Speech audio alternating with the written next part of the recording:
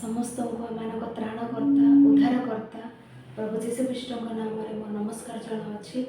प्रिय माने आज ईश्वर अनुग्रह कर एक समय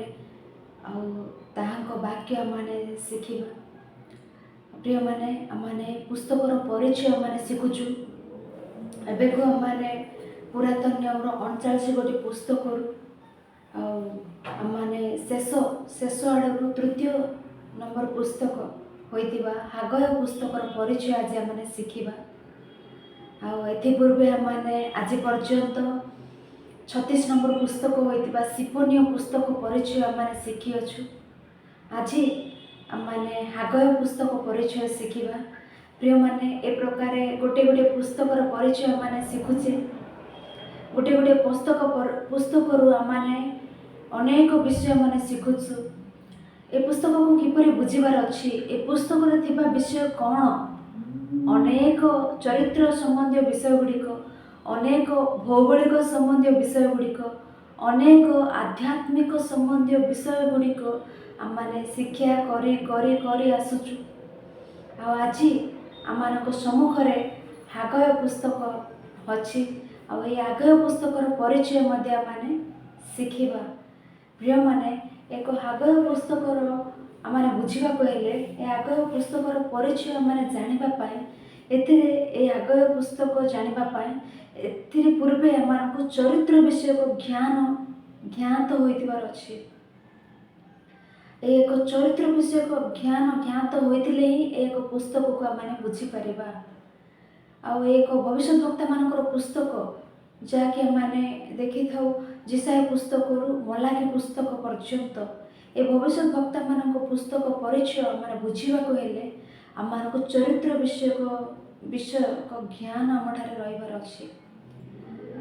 ए भविष्य वक्ता मान पुस्तक आ चरित्र पुस्तक मिसिकी पढ़ले आम भविष्य वक्ता मान पुस्तकर परिचय मान संपूर्ण रूपे बुझिब।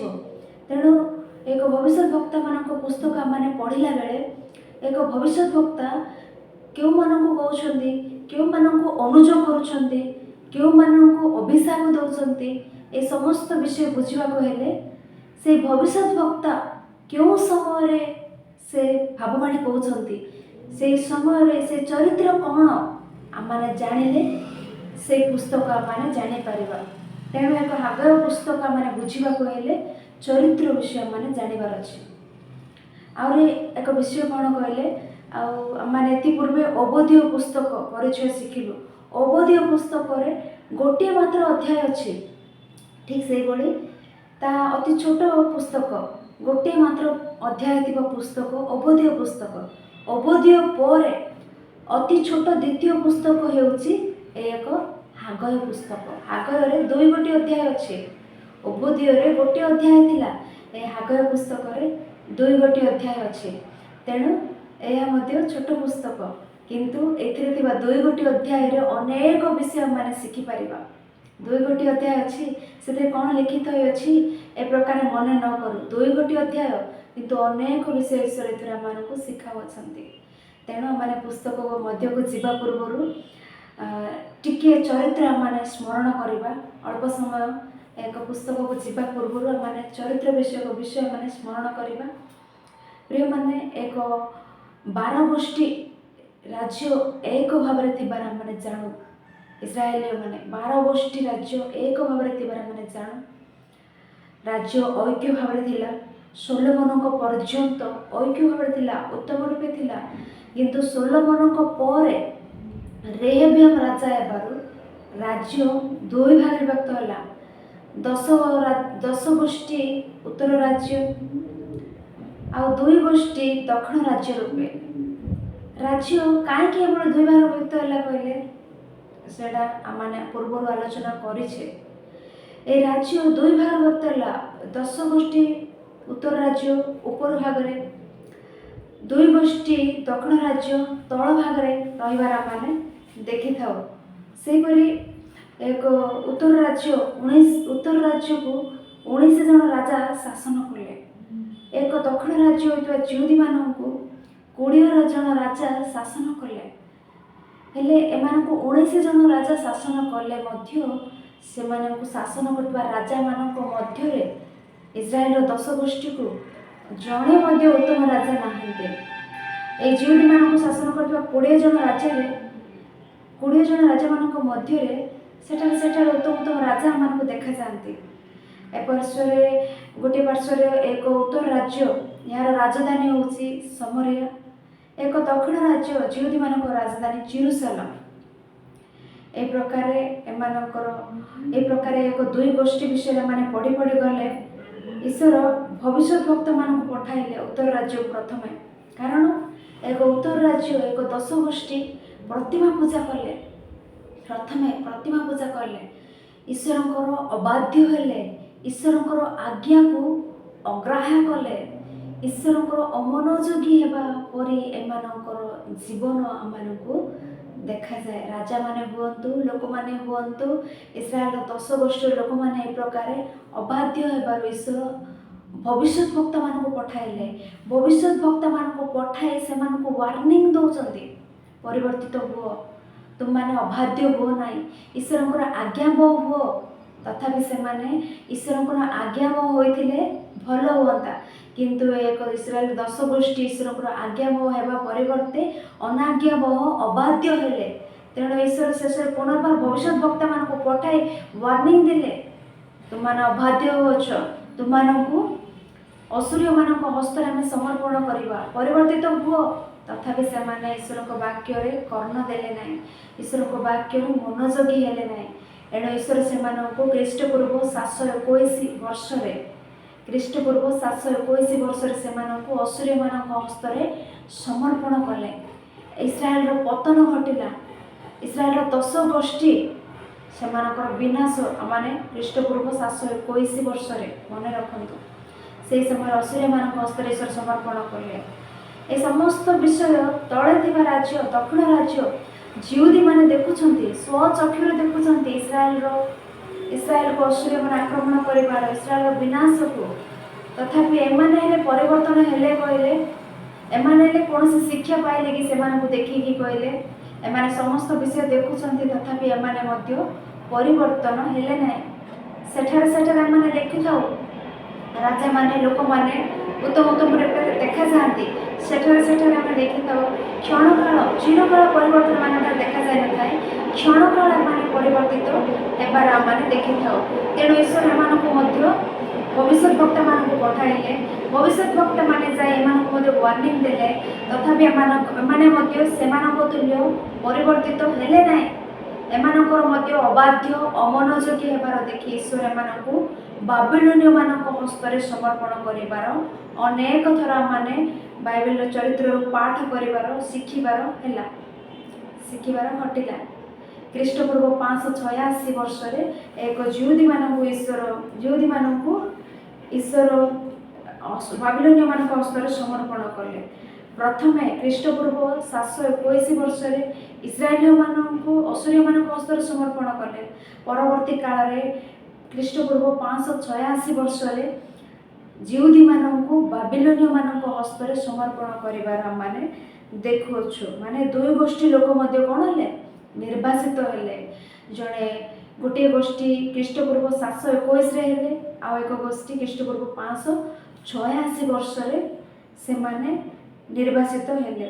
ତେଣୁ ପ୍ରିୟମାନେ, ଏ ସମସ୍ତ ଚରିତ୍ରକୁ ଆମେ ସ୍ମରଣ କରି ଆଗକୁ ଗଲେ ଆମେ ହାଗୟ ପୁସ୍ତକ ପରିଚୟ ବୁଝିପାରିବା।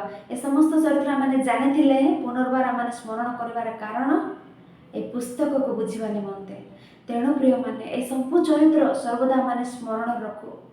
ଆହୁରି ଗୋଟେ ବିଷୟ କ'ଣ କହିଲେ, ବାଇବେଲରେ 39ଟି ପୁସ୍ତକ ଅଛି ପୁରାତନ ନିୟମରେ। ଏ 39 ପୁସ୍ତକ ଆମେ ବୁଝିବାକୁ ହେଲେ କେବଳ ଏବେ ନୁହେଁ, କେବଳ ପୁସ୍ତକର ପରିଚୟ ଶିଖିଲା ବେଳେ ନୁହେଁ, ଯେକୌଣସି ସମୟରେ ହେଉ, ସର୍ବଦା ଆମେ 39ଟି ପୁସ୍ତକ ଆମେ ପଢ଼ିଲା ବେଳେ ବୁଝିବାକୁ ହେଲେ ଆମମାନଙ୍କୁ ବାଇବେଲରେ 4ଗୋଟି ବିଷୟ ଆମେ ଜାଣିଥିବାର ଅଛି। 4ଗୋଟି ବିଷୟ ଆମେ ଜାଣିଥିଲେ ଆମେମାନେ ଯେକୌଣସି ସମୟରେ ପୁସ୍ତକ ପଢ଼ିଲା ବେଳେ ଆମେ ସେ ପୁସ୍ତକ ସାରାଂଶ, ସେ ପୁସ୍ତକରେ ଥିବା ବିଷୟ ଗୁଡ଼ିକ, ଘଟଣା ଆମେ ଜାଣିପାରିବା। ସେ 4ଗୋଟି ବିଷୟ ଆପଣମାନେ ସ୍ମରଣ ରଖନ୍ତୁ, ତାହେଲେ ପୁସ୍ତକ ପଢ଼ିବା ଉତ୍ତମ ରୂପେ ବୁଝିପାରିବା। ଚାରୋଟି ପ୍ରଥମଟି କ'ଣ କହିଲେ, ଇସ୍ରାଏଲୀୟ ମାନେ ନିର୍ବାସିତ ହେବା ସମୟ। ଇସ୍ରାଏଲୀୟ ମାନେ କେବେ ନିର୍ବାସିତ ହେଲେ କହିଲେ, ଖ୍ରୀଷ୍ଟପୂର୍ବ 721 ବର୍ଷରେ। ଇସ୍ରାଏଲୀୟ ମାନେ ନିର୍ବାସିତ ହେବା ସମୟ ହେଉଛି ଖ୍ରୀଷ୍ଟପୂର୍ବ 721 ବର୍ଷ। ସେହିପରି ଜିହୁଦୀ ମାନେ ନିର୍ବାସିତ ହେବା ସମୟ, ଜିହୁଦୀ ମାନେ ନିର୍ବାସିତ କେତେବେଳେ ହେଲେ କହିଲେ, ଖ୍ରୀଷ୍ଟପୂର୍ବ 586 ବର୍ଷ। ସେହି ପ୍ରକାର ଏମାନେ ଜିହୁଦୀ ମାନେ କେତେବେଳେ ଜେରୁସାଲେମକୁ ଫେରିକି ଆସିବା, ସେହି ସମୟ ଜିହୁଦୀ ମାନଙ୍କର ଫେରି ଆସିବା ସମୟ ଖ୍ରୀଷ୍ଟପୂର୍ବ 538 ବର୍ଷ। ପୁନର୍ବାର ମନ୍ଦିର ନିର୍ମିତ ହେବା ସମୟ, ମନ୍ଦିର ପୂର୍ବେ ଭାଙ୍ଗି ଯାଇଅଛି, ପୂର୍ବେ ମନ୍ଦିର ପଡ଼ିଯାଇଅଛି, ଏ ମନ୍ଦିର ପୁନର୍ନିର୍ମିତ ହେବା ସମୟ ଖ୍ରୀଷ୍ଟପୂର୍ବ 516 ବର୍ଷ। ପୁନର୍ବାର କହୁଅଛି, ଚାରୋଟି ବିଷୟ ସ୍ମରଣ କଲେ ଆମେ ପୁରାତନ ନିୟମର ସମସ୍ତ ପୁସ୍ତକ ପଢ଼ିଲା ବେଳେ ଅତି ସହଜରେ ବୁଝିପାରିବା। ଏ ଚାରୋଟି ବିଷୟ ହେଉଛି, ପ୍ରଥମଟି ହେଉଛି ଇସ୍ରାଏଲୀୟ ମାନେ ନିର୍ବାସିତ ହେବା ସମୟ ଖ୍ରୀଷ୍ଟପୂର୍ବ 721 ବର୍ଷ। ଜେରୁସାଲେମ ଜିହୁଦୀ ମାନେ ନିର୍ବାସିତ ହେବା ସମୟ ଖ୍ରୀଷ୍ଟପୂର୍ବ 586 ବର୍ଷ। ସେହିପରି ଭାବରେ ଏକ ଜିହୁଦୀ ମାନେ ଫେରି ଆସିବା ସମୟ ଖ୍ରୀଷ୍ଟପୂର୍ବ 538 ବର୍ଷ। ଆଉ ମନ୍ଦିର ପୁନର୍ନିର୍ମିତ ହେବାର ସମୟ ଖ୍ରୀଷ୍ଟପୂର୍ବ 516 ବର୍ଷ। ଆମେ ଲେଖି ରଖୁ, ସର୍ବଦା ସ୍ମରଣ ରଖୁ। ଏହାକୁ ଆମେ ସ୍ମରଣ ରଖିବାର ଚରିତ୍ରର ଅତି ଆବଶ୍ୟକୀୟ, ଅର୍ଥାତ୍ ପୁରାତନ ନିୟମର ଚରିତ୍ର ପୁସ୍ତକ ଝିଅସିଓ ପୁସ୍ତକଠାରୁ ଆରମ୍ଭ କରି ମଲାକି ପୁସ୍ତକ ପର୍ଯ୍ୟନ୍ତ ଆମେ ପୁସ୍ତକ ସବୁ, ଚରିତ୍ର ପୁସ୍ତକ, ଭବିଷ୍ୟତ ବକ୍ତାମାନଙ୍କ ପୁସ୍ତକ, ଏ ସମସ୍ତ ପୁସ୍ତକ ଆମେ ପାଠ କଲାବେଳେ ଏ ଚାରୋଟି ବିଷୟକୁ ଦୃଷ୍ଟିରେ ରଖି ଆମେ ଏ ପୁସ୍ତକକୁ ପାଠ କରୁ। ତହିଁରେ ଆମେ ସେ ସମସ୍ତ ପୁସ୍ତକରେ ଥିବା ଘଟଣା ଗୁଡ଼ିକ, ସେ ସମସ୍ତ ପୁସ୍ତକକୁ ଆମେ ବୁଝିପାରିବା। ଏକ 17 ଭବିଷ୍ୟତ ବକ୍ତା ପୁସ୍ତକ ବୁଝିବାକୁ ହେଲେ ମଧ୍ୟ এই ଚାରୋଟି ବିଷୟ ଆମେ ସ୍ମରଣ ରଖୁ। ଇସ୍ରାଏଲୀୟ ମାନେ ନିର୍ବାସିତ ହେବା ସମୟ, ଜିହୁଦୀ ମାନେ ନିର୍ବାସିତ ହେବା ସମୟ, ଜିହୁଦୀ ମାନେ ଫେରି ଆସିବାର ସମୟ, ମନ୍ଦିର ପ୍ରତିଷ୍ଠିତ ହେବା ସମୟ, ମନ୍ଦିର ସମ୍ପୂର୍ଣ୍ଣ ହେବା ବର୍ଷ ଆମେ ମନେ ରଖୁ। এই ଚାରୋଟି ଖ୍ରୀଷ୍ଟପୂର୍ବ 721, ଖ୍ରୀଷ୍ଟପୂର୍ବ 586, ଖ୍ରୀଷ୍ଟପୂର୍ବ 538, ଖ୍ରୀଷ୍ଟପୂର୍ବ 516 ବର୍ଷ। এই ଚାରୋଟି ବିଷୟ ମାନେ ସ୍ମରଣ କରିବାର ଅଛି। ତାହେଲେ ଏ ଚାରୋଟି ବିଷୟ ଆମେ ସ୍ମରଣ କରିଥିଲେ ଏକ ପୁସ୍ତକ ପାଠ କଲାବେଳେ ଆମମାନଙ୍କ ଚିନ୍ତାଧାରା, ଏ ପୁସ୍ତକ କେଉଁ ସମୟରେ ଲିଖିତ ହୋଇଅଛି, ନିର୍ବାସନ ପୂର୍ବେ ନା ନିର୍ବାସନ ପରେ, ନା ନିର୍ବାସନ ଥିବା ସମୟରେ, ନା ନିର୍ବାସନ ଫେରିକି ଆସିଲା ପରେ, କେଉଁ ସମୟରେ ଲେଖା ହେଉଛି ଏ ପୁସ୍ତକ, ଏ ପ୍ରକାର ଚିନ୍ତାଧାରା ମାନେ ସେ ପୁସ୍ତକ ପାଠ କଲେ ସେ ପୁସ୍ତକରେ ଥିବା ବିଷୟ ଆମେ ଜାଣିପାରିବା। ତେଣୁ ଏକ ଚାରୋଟି ବିଷୟ ଆମେ ସ୍ମରଣ ରଖୁ। ତେଣୁ ନିର୍ବାସନ ପୂର୍ବେ ମଧ୍ୟ ପୁସ୍ତକ ଲିଖିତ ହୋଇଅଛି କି କହିଲେ, ଲିଖିତ ହୋଇଅଛି। ନିର୍ବାସନ ପରେ ମଧ୍ୟ ପୁସ୍ତକ ଗୁଡ଼ିକ ଲିଖିତ ହୋଇଅଛି କି, ଲିଖିତ ହୋଇଅଛି। ନିର୍ବାସନରେ ରହି ଲିଖିତ ହୋଇଅଛି। ନିର୍ବାସନ ପୂର୍ବେ ଅନେକ ଭବିଷ୍ୟତ ବକ୍ତା ମାନେ ଭାବାଣୀ କହିଲେ, ସେହି ପ୍ରକାର ନିର୍ବାସନରେ ରହି ମଧ୍ୟ ଭବିଷ୍ୟତ ବକ୍ତା ମାନେ ଭାବାଣୀ କହିଲେ। ନିର୍ବାସନରେ ରହି କେଉଁମାନେ, ଜିହିଜିକେଲ, ଜଣେ ଦାନିଏଲ, ଏମାନେ ନିର୍ବାସନରେ ରହି ଏମାନେ ବି ନିର୍ବାସିତ ହୋଇଥିଲେ। ଦାନିଏଲ, ଜିହିଜିକେଲ। ନିର୍ବାସନ ପରେ ଭବିଷ୍ୟତ ବକ୍ତା ପୁସ୍ତକ ହେଉଛି, ପ୍ରଥମ ଭବିଷ୍ୟତ ବକ୍ତା ପୁସ୍ତକ ହେଉଛି ହାଗୟ। ନିର୍ବାସନ ପରେ ଲିଖିତ ପ୍ରଥମ ଭବିଷ୍ୟତ ବକ୍ତା ପୁସ୍ତକ ହେଉଛି ହାଗୟ। ମାନେ ନିର୍ବାସିତ ପୂର୍ବେ ଭବିଷ୍ୟତ ବକ୍ତା ପୁସ୍ତକ ଅଛି, ନିର୍ବାସନ ପରେ ଅଛି, ନିର୍ବାସନରେ ମଧ୍ୟ ପୁସ୍ତକ ଅଛି। ତେଣୁ ଏ ସମସ୍ତ ବିଷୟ ଆମେ ମନେ ରଖୁ। ହାଗୟ ପୁସ୍ତକ ବୁଝିବାକୁ ହେଲେ ସମସ୍ତ ଚରିତ୍ର ଆମମାନଙ୍କୁ ଆବଶ୍ୟକ। ଏ ସମସ୍ତ ବିଷୟ ନ ଜାଣି ଆମେ ସିଧାସଳଖ ହାଗୟ ପୁସ୍ତକ ପଢ଼ିଲେ ବୁଝିପାରିବା ନାହିଁ, ସେଥିରେ ଥିବା ବିଷୟ ମଧ୍ୟ ଆମେ ଜାଣିପାରିବା ନାହିଁ। ତେଣୁ ଆମେ ଦେଖିଲେ ଏବେ ପର୍ଯ୍ୟନ୍ତ ଆମେ କଥା ହେଲୁ, ଏ ସମସ୍ତ ବିଷୟ ଆମେ ସ୍ମରଣ ରଖୁ। ଏବେ ଆମେ ପୁସ୍ତକ ମଧ୍ୟକୁ ଗଲେ ଆମେ ବୁଝିପାରିବା। ସେଥିପାଇଁ ଏହି ନିର୍ବାସନ ପରେ ଲିଖିତ ପୁସ୍ତକ ହେଉଛି ହାଗୟ। ସେହି ପ୍ରକାର ନିର୍ବାସନ ପରେ ଲିଖିତ ହୋଇଥିବା ପୁସ୍ତକ ଗୁଡ଼ିକ ହେଉଛି ଜିକରିୟ, ମଲାକି। ଏ ତିନୋଟି ଭବିଷ୍ୟତ ବକ୍ତା ମଧ୍ୟ ନିର୍ବାସନ ପରେ ଲେଖିବା ପୁସ୍ତକ ଗୁଡ଼ିକ, ଏ ତିନୋଟି ପୁସ୍ତକ। ତେଣୁ ଏ ବିଷୟ ଆମେ ସ୍ମରଣ ରଖୁ। ଆଉ ଗୋଟିଏ ବିଷୟ କ'ଣ କହିଲେ, ଏକ ହାଗୟ ପୁସ୍ତକ ଆମେ ପଢ଼ିଲା ବେଳେ ହାଗୟ ପୁସ୍ତକର 2 ଅଧ୍ୟାୟ ଅଛି। ସେ 2 ଅଧ୍ୟାୟ ମାନେ ପଢ଼ିଲେ ଆମେ ବୁଝିବା ନାହିଁ, କିନ୍ତୁ ଏ 2 ଅଧ୍ୟାୟ ପଢ଼ିବା ପୂର୍ବେ ଆମେ ହେଜ୍ରା ପୁସ୍ତକ ପଢ଼ିବାର ଅଛି। ହାଗୟ ପୁସ୍ତକରେ 2 ଅଧ୍ୟାୟ ଅଛି।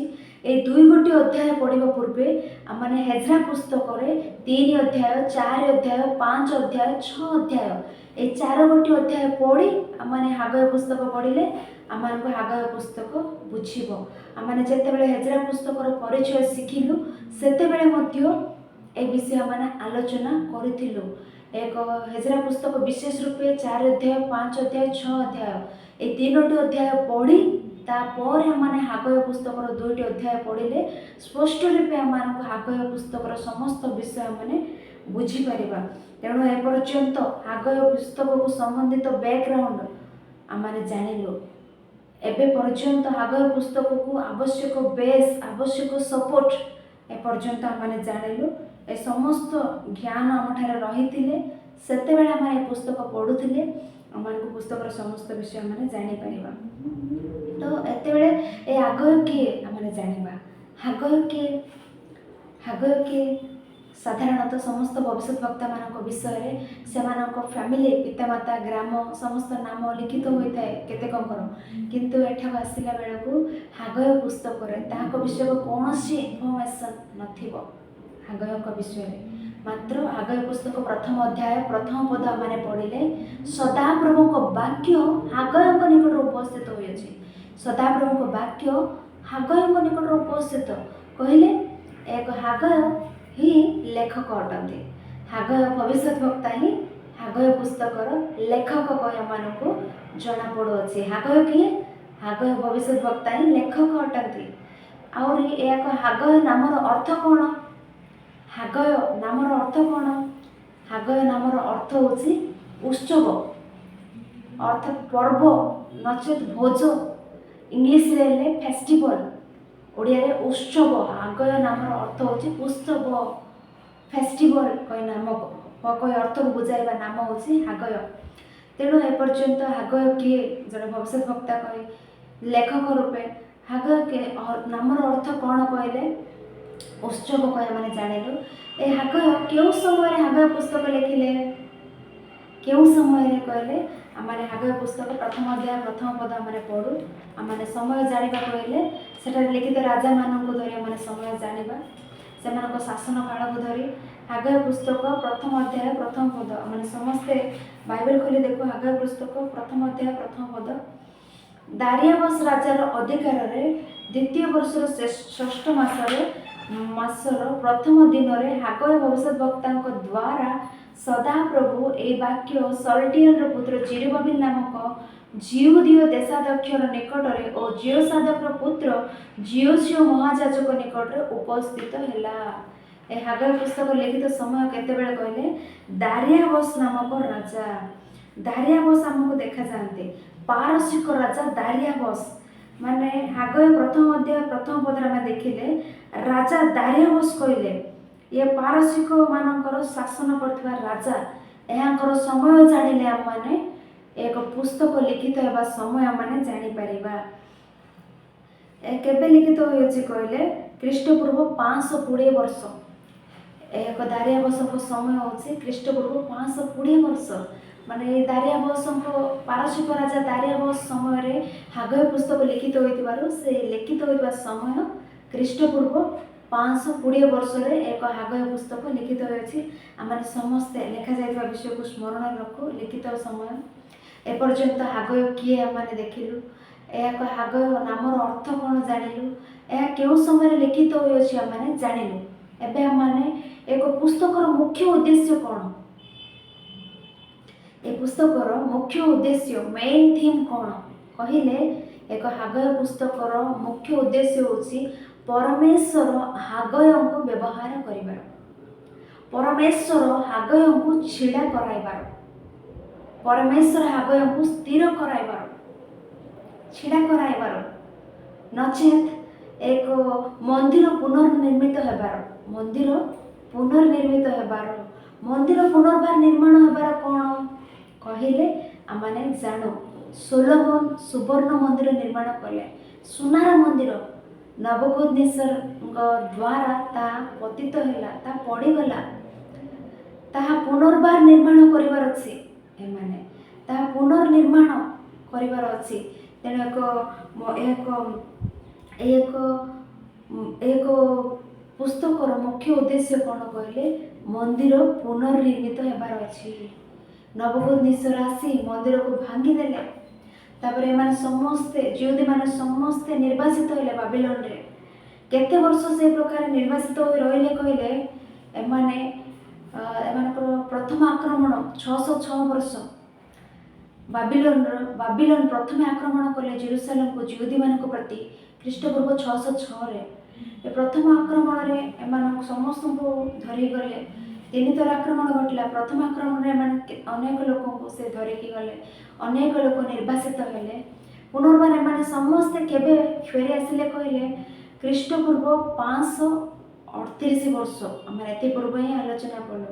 ख्रीष्टपूर्व 538 वर्ष रे निर्वासन रो फेरी आसिले माने ख्रीष्टपूर्व 606 गोटे गोटे पुस्तक गोटे गोटे वर्ष लेखा होती।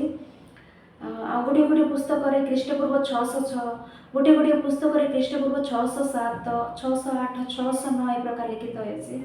सेपरी से निर्वाचन फेरी आसबार वर्ष 538 539 537 एपरी लिखित होती। किंतु गोटे वर्ष दुई वर्ष एपट सेपट हेले से सब माने न धरू केते वर्ष से निर्वासन रहिले कहले 70 वर्ष। ख्रीष्टपूर्व 606 रु ख्रीष्टपूर्व 538 आम हिसाब कले 70 वर्ष से निर्वासन रहिले। 70 वर्ष एबे निर्वासन कंप्लीट हो गला। ईश्वर से विषय कही कौन एमाने 70 वर्ष बाबिलोन निर्वासन रहिबे तापर एमानकु मुक्त करबा। तेणु एबे दानिएल निर्वासन रे रही निर्वासन 70 वर्ष कंप्लीट हेबारु दानिएल प्रार्थना करुछंती ईश्वर को। दानिएल पुस्तक 9 अध्याय प्रथम पद द्वितीय पद। दानिएल पुस्तक मैं समस्ते बाइबल को देखो। दानिएल पुस्तक 9 अध्याय प्रथम पद द्वितीय पद। मादीय वंशजात अक्षस्वरस्वर पुत्र जे दारियावस कल्दीय राज्य उपरे राजा नियुक्त होइथिला। ताहार प्रथम वर्ष रे ताहार राजत्वर प्रथम वर्ष रे मु दानिएल शास्त्र द्वारा वर्षर संख्या अर्थात जेरूसलम उच्छिन्नतार समय 70 वर्ष हेबा विषय रे सदाप्रभुंकर जो वाक्य जेरेमिया भविष्यद्वक्ता निकट उपस्थित होइथिला ताहा मु बुझिली। एणु दानिएल प्रार्थना करुछंती ईश्वर को। आ 70 वर्ष निर्वासन कंप्लीट हो गला। एबे मानको स्मरण करंतु सेतेबेले ईश्वर कौन करेंगे कोरेश राजा मन में प्रवृत्ति जन्माइबे।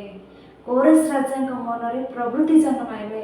कोरेश राजा कौन करेंगे ए समस्त जिहुदी मानकु कहिबे आपण अपना देश को जाओ, अपना होमलैंड को तुमने जाओ। जाई सेठारे कौन करिवो सेठारे ईश्वर को उद्देश्य रे मंदिर निर्माण कर। ईश्वर को उद्देश्य रे मंदिर निर्माण कर।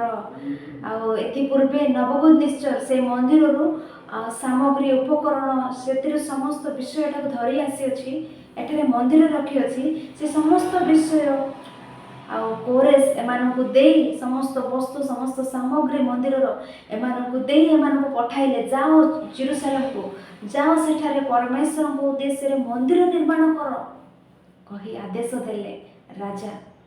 तेणु एबे माने समस्ते बाहर जाओ अछंती। एमे माने जेरूसलम को जिबार अछि। एटा को आसी 70 वर्ष हो गला। 70 वर्ष माने निर्वासन रे अछु। एबे माने जेरूसलम को जिबार अछि। सेटारे परमेश्वर को निमंते मंदिर निर्माण करिबार अछि। राजा मध्ये आदेश दे दिले जहार इच्छा से माने जहा कहले। तेणु एमाने बाहरी गले। एमाने बाहर संती गोटे आश्चर्य विषय कोन कहले एमाने गला बेले जेरूसलम रो बाबिलोन को गला बेले बाबिलोन 3 गोटी आक्रमण रे माने गले। बाबिलोन 3 थर एमान आक्रमण करी अल्प अल्प अल्प लोक नेले। बाबिलोन रे 606 वर्ष तबरे शेष रे 586 वर्ष रे थरे ए प्रकार 3 थर से मान आक्रमण कर नेले। ए प्रकार बे फेरी कि मध्ये आछंती केउ प्रकार कहले 3 थर। First batch, second batch, third batch. First ray जेरुबाबिल नेतृत्व रे बे लोक माने आछुचंती। जेरुबाबिल को नेतृत्व रे जिहुदी माने जेरूसलम को आसीबार माने देखि थाओ। प्रकृति रे को जेरुबाबिल किए ए जेरुबाबिल किए कहले माने पढ़ी थाओ राजा मान को नाम जियोयाकिन एक जियोयाकिन नाती होचंती जिरुबाबिल माने राजवंश से प्रकार कंटिन्यू होची से राजवंश आसवा व्यक्ति होचंती जिरुबाबिल आउ ए जिरुबाबिल विषय आउ एक विषय मध्ये माने कहबा को गले ए जिरुबाबिल कृष्ण को वंशावली अछंती ए जिरुबाबिल कृष्ण को वंशावली मध्य अछंती तांकर नाम देखो थोड़े मातृ निर्देश समाचार प्रथम अध्याय 12 पद हमारे समस्ते बाइबल खोले देखो माथि निर्देश समाचार प्रथम अध्याय 12 पद माथि निर्देश समाचार प्रथम अध्याय 12 पद बाबिलोन निर्वासित होगा समय जिकोनिय सल्टिएल को जन्म देले सल्टिएल जिरुबाबिल को जन्म देले जिरुबाबिल अबिहुद को जन्म देले आम आवश्यक वाक्य आम देखिले जिकोनिय सल्टिएल को जन्म देले जिकोनिय कहले जियोयाकिन सल्टिएल को जन्म देले सल्टिएल जिरुबाबिल को जन्म देले जिरुबाबिल किए जिरुबाबिल राजवंश आसला जड़े जिहुदी वंश किए आसिले कहले कृष्ण आसिले शेष माने माथ्यू प्रथम अध्याय सारा पढ़े शेष सारांश कौन कहले एक जिरुबाबिल वंशावली कृष्ण आसिले माने देखो एक जिरुबाबिल नेतृत्व में फर्स्ट बेच रे आसुचंती जिरुबाबिल नेतृत्व में जिहुदी माने जेरूशलेम को आसुचंती केते जण आसिले कहले 40,000 लोक आसिले 40,000 उर्ध्व लोक ही एकाथर के आसुचंती एमाने आसी एटा कोन करबार अछि एक जिहुदी माने बाबिलोन जेरूशलेम को आसी कोन करबार अछि राजा केउथि पय एमानंकु एक जेरूशलेम को पठाइले केउ उद्देश्य रे माने आसुचंती केउ कार्य करबा पय एमाने एठारे उपस्थित कहले एमाने ईश्वर को मंदिर निर्माण करने निमंते एठारे उपस्थित होती आ मंदिर निर्माण कले कि कह माने देखिले प्रथम माने मंदिर निर्माण कले कि परमेश्वर को मंदिर निर्माण कले कि कह माने देखिले माने हेजरा पुस्तक पढ़िबार अछि हेजरा पुस्तक पढ़िबार अछि हेजरा पुस्तक अध्याय गुड़िक पढ़िबार अछि हागय पुस्तक अध्याय गुड़िक पढ़िबार अछि सेते बेला माने जानिबा माने मंदिर किपरि निर्माण कले मंदिर निर्माण संपूर्ण किपरि कले मंदिर पुनर्निर्मित किपरि हैला केते वर्ष लागिला ए सब माने जानि परिबा तेनु हेजरा पुस्तक सहित हागय पुस्तक मिसाई पढ़िला माने जानि परिबा से परि भाबरे हेजरा पुस्तक सहित जिकरिया पुस्तक मिसाई पढ़िला माने जिकरिया पुस्तक बुझी परिबा ए परस्पर पुस्तक गुड़ी को लिंक अप करके माने पढ़िले ही बुझी परिबा किंतु जेते बेले समस्त पुस्तक लिखित होई अछि ता क्यों भले लिखित होई अछि कहले चरित्र पुस्तक सब गोटे स्थान रे लिख रखिले पद्य पुस्तक सब गोटे स्थान रे लिखि रखिले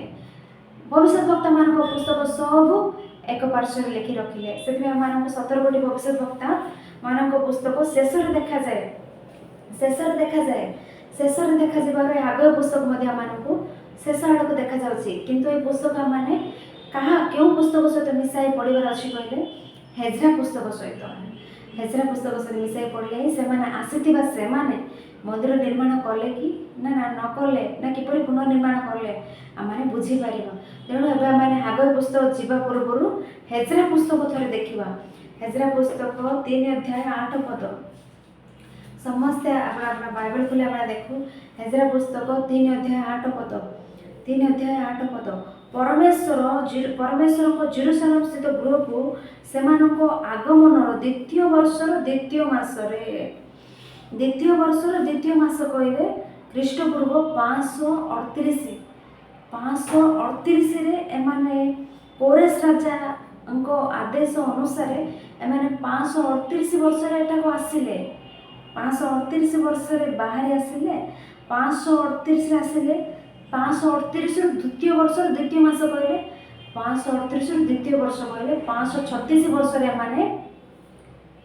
एमाने कार्य आरंभ कले एमाने कौन कले कह एमाने देखिले सल्टिएल रो पुत्र जिरुबाबिल और जोसादक रो पुत्र जेसुयो कहंती एठारे जोसादक रो पुत्र जेसुयो कहंती किंतु हागय पुस्तक गला बेले सेठारे जियोसियो बोली कहंती तेणु ये नाम आम कौन प्रकार संदेह न करूँ स्पष्ट रूपे ही लिखित होती जोसादक पुत्र जेसियो सेठारे जोसादक पुत्र जिहोसियो तेणु नाम कौन प्रकार आम संदेह न करूँ ଏକ ଯେଶୁଅ ସେମାନଙ୍କର ଅବଶିଷ୍ଟ ଯାଜକ ଓ ଲେବ୍ୟ ଭାତୃଗଣ ଓ ବନ୍ଦୀ ଦେଶର ଜେରୁସାଲେମକୁ ଆଗତ ଲୋକ ସମସ୍ତେ ଆରମ୍ଭ କରି ସଦାପ୍ରଭୁଙ୍କ ଗୃହ କାର୍ଯ୍ୟ ତତ୍ତ୍ୱାବଧାନ କରିବା ନିମନ୍ତେ 20 ବର୍ଷ ତତୋଧିକ ବୟସ୍କ ଲୋକମାନଙ୍କୁ ଲେବ୍ୟମାନଙ୍କୁ ନିଯୁକ୍ତ କଲେ। 20 ବର୍ଷରୁ ଅଧିକ ବୟସର ଲୋକମାନଙ୍କୁ ଈଶ୍ୱରଙ୍କ ମନ୍ଦିର ନିର୍ମାଣ କାର୍ଯ୍ୟରେ ନିଯୁକ୍ତ କରିବା ପରି ଆମେ ଦେଖୁଅଛୁ। ରାଜା ଏମାନଙ୍କୁ 538 ବର୍ଷରେ ପଠାଇଲେ। ସେମାନେ 538 ବର୍ଷରେ ଆସି ଖ୍ରୀଷ୍ଟପୂର୍ବ 536 ବର୍ଷରେ ସେମାନେ ଈଶ୍ୱରଙ୍କ ମନ୍ଦିରର କାର୍ଯ୍ୟ ଆରମ୍ଭ କରିବା ପରି ଆମେ ଦେଖୁଅଛୁ। କେଉଁମାନେ ସେ କାର୍ଯ୍ୟରେ ନିଯୁକ୍ତ କହିଲେ? 20 ବର୍ଷରୁ ଅଧିକ ଲେବ୍ୟ ଲୋକମାନେ ଈଶ୍ୱରଙ୍କ କାର୍ଯ୍ୟରେ ନିଯୁକ୍ତ ଅଟନ୍ତି। ତାପରେ ଆମେ 12 ପଦ ପଢ଼ିବା। ଏଜ୍ରା ପୁସ୍ତକ 3 ଅଧ୍ୟାୟ 12 ପଦ। ମାତ୍ର ଯେଉଁ ଯାଜକ ଓ ଲେବ୍ୟ ପିତୃବଂଶ ପ୍ରଧାନ ପ୍ରାଚୀନ ଲୋକମାନେ ପ୍ରଥମ ଗୃହ ଦେଖିଥିଲେ, ସେମାନଙ୍କ ଦୃଷ୍ଟିଗୋଚରରେ ଏହି ଗୃହର ଭିତ୍ତିମୂଳ ବସାଯିବା ବେଳେ ସେମାନଙ୍କ ମଧ୍ୟରୁ ଅନେକ ଉଚ୍ଚ ସ୍ୱରରେ ରୋଦନ କଲେ ଓ ଅନେକ ଆନନ୍ଦ ସକାଶ ଜୟଧ୍ୱନି କଲେ। ଅନେକ ପ୍ରାଚୀନମାନେ କାନ୍ଦିବାକୁ ଲାଗିଲେ। କାହିଁକି କାନ୍ଦିଲେ? ଦେଖନ୍ତୁ, କାହିଁକି କାନ୍ଦିଲେ କହିଲେ, ଏମାନେ ଜେରୁସାଲେମରୁ ବାବିଲୋନକୁ ଯିବା ପୂର୍ବେ ଯାହାର ବୟସ 10 ବର୍ଷ, ଯାହାର ବୟସ 20 ବର୍ଷ ହୋଇଥିବ, ସେମାନେ ସେଠାରେ 70 ବର୍ଷ ରହିଲେ। 70 ବର୍ଷ ରହିଲେ। 70 ବର୍ଷ ରହି ଏଠାକୁ ଆସିଲା ବେଳେ ସେମାନଙ୍କର ବୟସ କେତେ ହୋଇଥିବ? 80-90 ବର୍ଷ ହୋଇଥିବ। ସେମାନେ ଏଠାକୁ ଆସିଲେ। ସେମାନେ ପୂର୍ବେ ସୋଲୋମନଙ୍କ ଦ୍ୱାରା ନିର୍ମିତ ସୁବର୍ଣ୍ଣ ମନ୍ଦିର ଦେଖିଥିଲେ। ସେଇ ସୁନାର ମନ୍ଦିରରେ ଥିବା ଯଶ, ପ୍ରଶଂସା, ଗୌରବ କେତେ ମହାନ! ସେ ସୁବର୍ଣ୍ଣ ମନ୍ଦିର ଅତି ଉତ୍ତମ ରୂପେ ଥିଲା। ତାର ଐଶ୍ୱର୍ଯ୍ୟ ଅତି ମହାନ ରୂପେ ଥିଲା। କିନ୍ତୁ ଆଜି ଆମମାନେ ଏଠାକୁ ଆସିଅଛୁ। ସୋଲୋମନଙ୍କ ସମୟରେ କିପରି ଥିଲା ପରିସ୍ଥିତି? ସୋଲୋମନ ସେ ମନ୍ଦିରକୁ କେତେ ବର୍ଷ ନିର୍ମାଣ କଲେ? 7 ବର୍ଷ ନିର୍ମାଣ କଲେ ସେ ମନ୍ଦିରକୁ। ସେ 7 ବର୍ଷ ସେ ମନ୍ଦିରକୁ ନିର୍ମାଣ କଲେ। ସେ 7 ବର୍ଷ ସମସ୍ତ ସୁନାରେ ପ୍ରସ୍ତୁତ। ସୋଲୋମନଙ୍କ ସମୟରେ ରୂପା କୌଣସି ମାତ୍ରାରେ ଗଣା ନଗଲା। ରୂପା କେଉଁ ସ୍ଥାନ ଦେଖା ନଗଲା। ସମସ୍ତ ବିଷୟ, ସମସ୍ତ ଜିନିଷ ସୁନାରେ ହିଁ ପ୍ରସ୍ତୁତ। ମାନେ ଗୋଟେ ସ୍ୱର୍ଣ୍ଣ ଯୁଗ ବୋଲି ଆମେ କହିପାରିବା। ସେତେ ମହତ୍ ରୂପେ ଥିଲା ସେ ସୁବର୍ଣ୍ଣ ମନ୍ଦିର। ସାରା ସମଗ୍ର ଚାରିପାର୍ଶ୍ୱର ଦେଶର ଲୋକମାନେ କର ଦେଉଥିଲେ ଏ ଦେଶକୁ। ଅତି ମହତ୍ ରୂପେ, ଅତି ମହାନ ରୂପେ, ଉନ୍ନତ ରୂପେ ଥିଲା ସେଦିନ ମନ୍ଦିର। ଆଉ ଆଜି ଆମମାନେ ସେଇ ସ୍ଥାନରେ ହିଁ ମନ୍ଦିର ନିର୍ମାଣ କରିବାକୁ ଏକତ୍ର ହୋଇଅଛୁ। ଆମମାନେ ସେଇ ପ୍ରକାର ନିର୍ମାଣ କରିପାରିବା କି? ଏବେ ତ ଆମମାନେ ପାରସିକ ମାନଙ୍କର ଅଧୀନରେ ଅଛୁ। ଆମମାନଙ୍କୁ ଖାଇବାକୁ ହିଁ ନିଅଣ୍ଟ। ଆମମାନେ ସେଇ ପ୍ରକାର ଏକ ଉତ୍ତମ ମନ୍ଦିର ନିର୍ମାଣ କରିପାରିବା କି କହି ଭାବି ପ୍ରାଚୀନମାନେ ରୋଦନ କରିବାକୁ ଲାଗୁଛନ୍ତି। ପ୍ରାଚୀନମାନେ କାନ୍ଦିବାକୁ ଲାଗୁଛନ୍ତି। କିନ୍ତୁ 20 ବର୍ଷରୁ ଅଧିକ, 20 ବୟସର ବ୍ୟକ୍ତିମାନେ, ଯୁବା ବ୍ୟକ୍ତିମାନେ ଆନନ୍ଦ କରୁଛନ୍ତି। କାରଣ ଆମେ ଏଠାକୁ ଆସିଲୁ, ଏଠାରେ ଈଶ୍ୱରଙ୍କ ପାଇଁ ମନ୍ଦିର ନିର୍ମାଣ କରୁଛୁ। ସେଇ ଆନନ୍ଦ ସେମାନଙ୍କର। କିନ୍ତୁ ସେହିପରି ମନ୍ଦିର ଆମେ ନିର୍ମାଣ କରିପାରିବା ନାହିଁ କହି ପ୍ରାଚୀନମାନେ କ୍ରନ୍ଦନ କରୁଛନ୍ତି। ସେତେବେଳେ କ'ଣ ଘଟୁଛି? ତହିଁରେ ଲୋକମାନେ ଆନନ୍ଦ ଧ୍ୱନିର ଓ ଜନତାର କ୍ରନ୍ଦନ ଶବ୍ଦର ପ୍ରଭେଦ କରିପାରିଲେ ନାହିଁ। ଯେଣୁ ଲୋକମାନେ ଉଚ୍ଚ ସ୍ୱରରେ ମହାଧ୍ୱନି କଲେ, ଆଉ ତହିଁର ଶବ୍ଦ ଅତି ଦୂରକୁ ଶୁଣାଗଲା। ପ୍ରାଚୀନମାନେ କ୍ରନ୍ଦନ କରୁଛନ୍ତି, ଯୁବାମାନେ ଆନନ୍ଦ କରୁଛନ୍ତି। ତେଣୁ ସେ ସ୍ୱର କେହି ବି ଜାଣିପାରିଲେ ନାହିଁ। ଏମାନଙ୍କର କ୍ରନ୍ଦନ ସ୍ୱର ଉଚ୍ଚ ସ୍ୱର ଚାରିଆଡ଼େ ଶୁଣାଗଲା। ଏବେ ଆମେ ଦେଖିଲେ ମନ୍ଦିର ନିର୍ମାଣ କରିବା ପାଇଁ ଏମାନେ ମନ୍ଦିର ନିର୍ମାଣ କରୁଛନ୍ତି, ଆନନ୍ଦ କରୁଛନ୍ତି। କିନ୍ତୁ ଆମେ ଦେଖିଲେ ଏମାନେ ମନ୍ଦିର ନିର୍ମାଣ କରୁଛନ୍ତି କହି ବାର୍ତ୍ତା ସାଙ୍ଗେ ସାଙ୍ଗେ ଚାରିପାର୍ଶ୍ୱରେ ଥିବା ସମସ୍ତଙ୍କ ନିକଟରେ ପହଞ୍ଚିଗଲା। ଚାରିପାର୍ଶ୍ୱରେ ଥିବା ଲୋକମାନେ, ଚାରିପାର୍ଶ୍ୱରେ ଥିବା ଦେଶୀୟ ଲୋକମାନେ ଆସି କହୁଛନ୍ତି, କାହିଁକି ଏ ମନ୍ଦିର ନିର୍ମାଣ କରୁଛ? ଏମାନେ এই ମନ୍ଦିର ନିର୍ମାଣ କଲେ, ସେମାନେ ଭାବିଲେ ଏମାନେ এই ମନ୍ଦିର ନିର୍ମାଣ କଲେ এই ଜେରୁସାଲେମରେ ଜିହୁଦୀମାନେ ସମସ୍ତେ ଏକତ୍ରିତ ହୋଇଯିବେ। ଏମାନେ ସମସ୍ତଙ୍କ ମଧ୍ୟରେ ଐକ୍ୟତା ସ୍ଥାପିତ ହୋଇଯିବ। ଏମାନେ ସମସ୍ତେ ଏକ ହୋଇଯିବେ।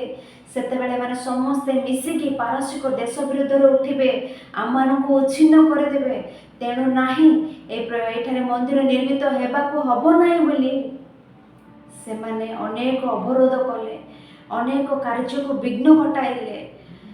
ସେତେବେଳକୁ ଜେରୁସାଲେମରେ ଏମାନେ ଯଜ୍ଞବେଦୀ ନିର୍ମାଣ କରିସାରିଛନ୍ତି। ଭିତ୍ତିମୂଳ ଆମେ ଦେଖିଲୁ, ଖ୍ରୀଷ୍ଟପୂର୍ବ 536 ଭିତ୍ତିମୂଳ ସେମାନେ କାର୍ଯ୍ୟ ଆରମ୍ଭ କରିସାରିଲେଣି, ଭିତ୍ତିମୂଳ ପକାଇ ସାରିଲେଣି, ଭିତ୍ତିମୂଳ ବସାଇ ସାରିଲେଣି।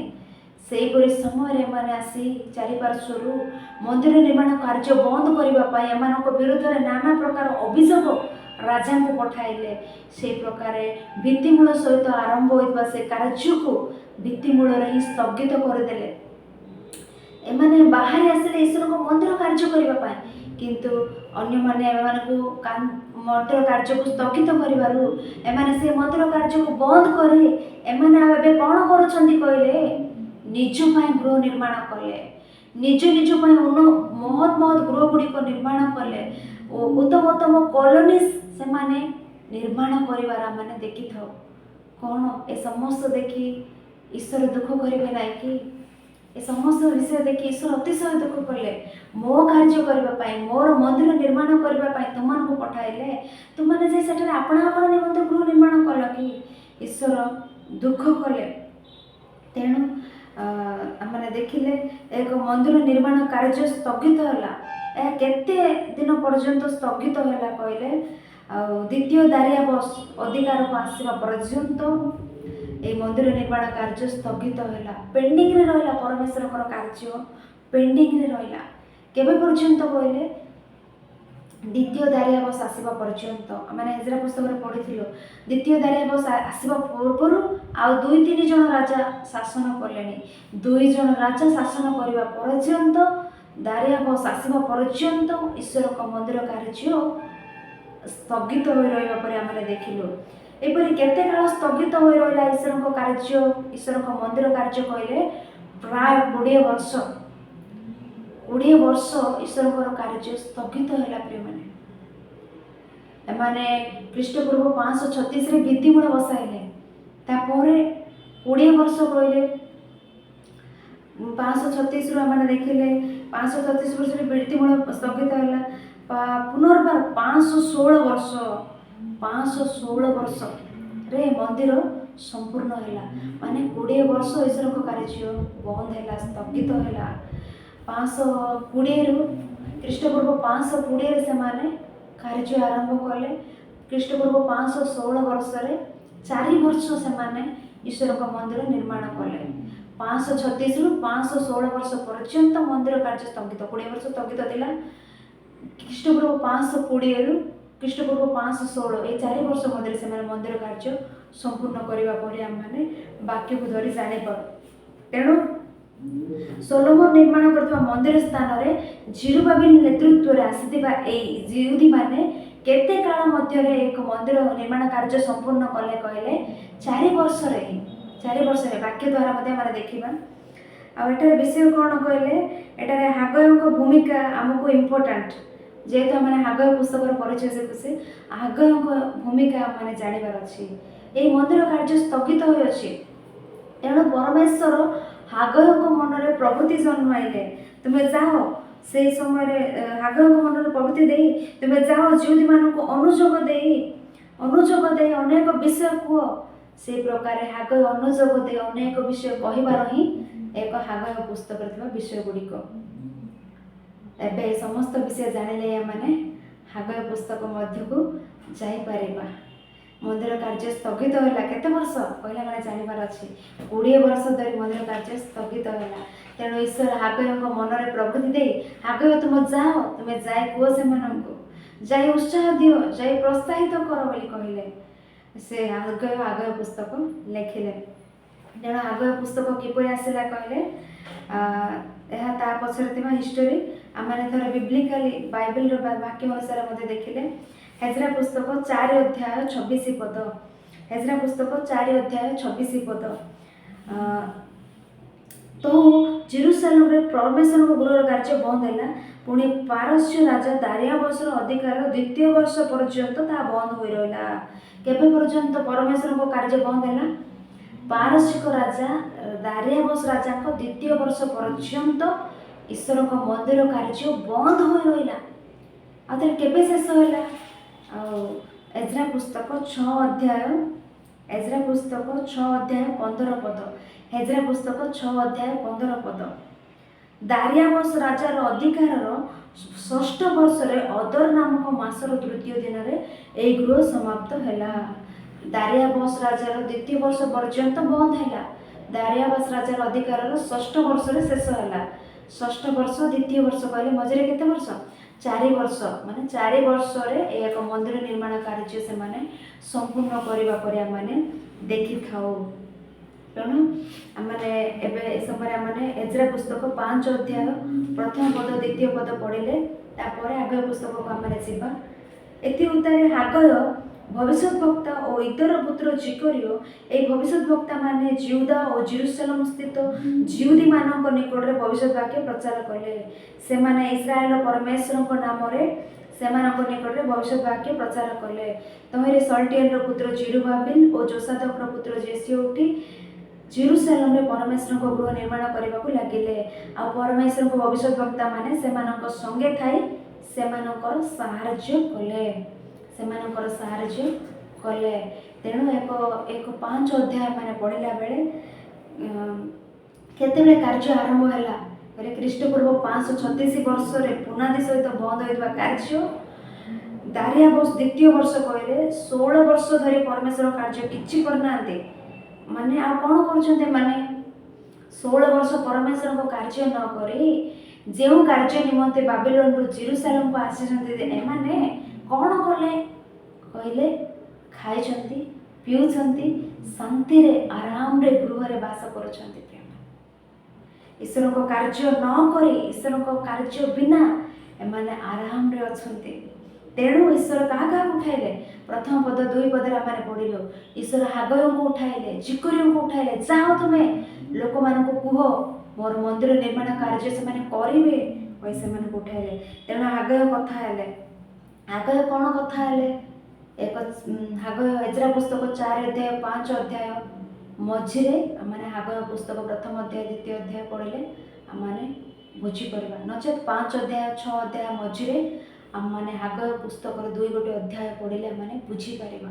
तेणु एक 5 अध्याय से कौन कथा हेले हागय क्यों सब विषय लोक मान को कहिले हागय पुस्तक को जाई माने देखिबा।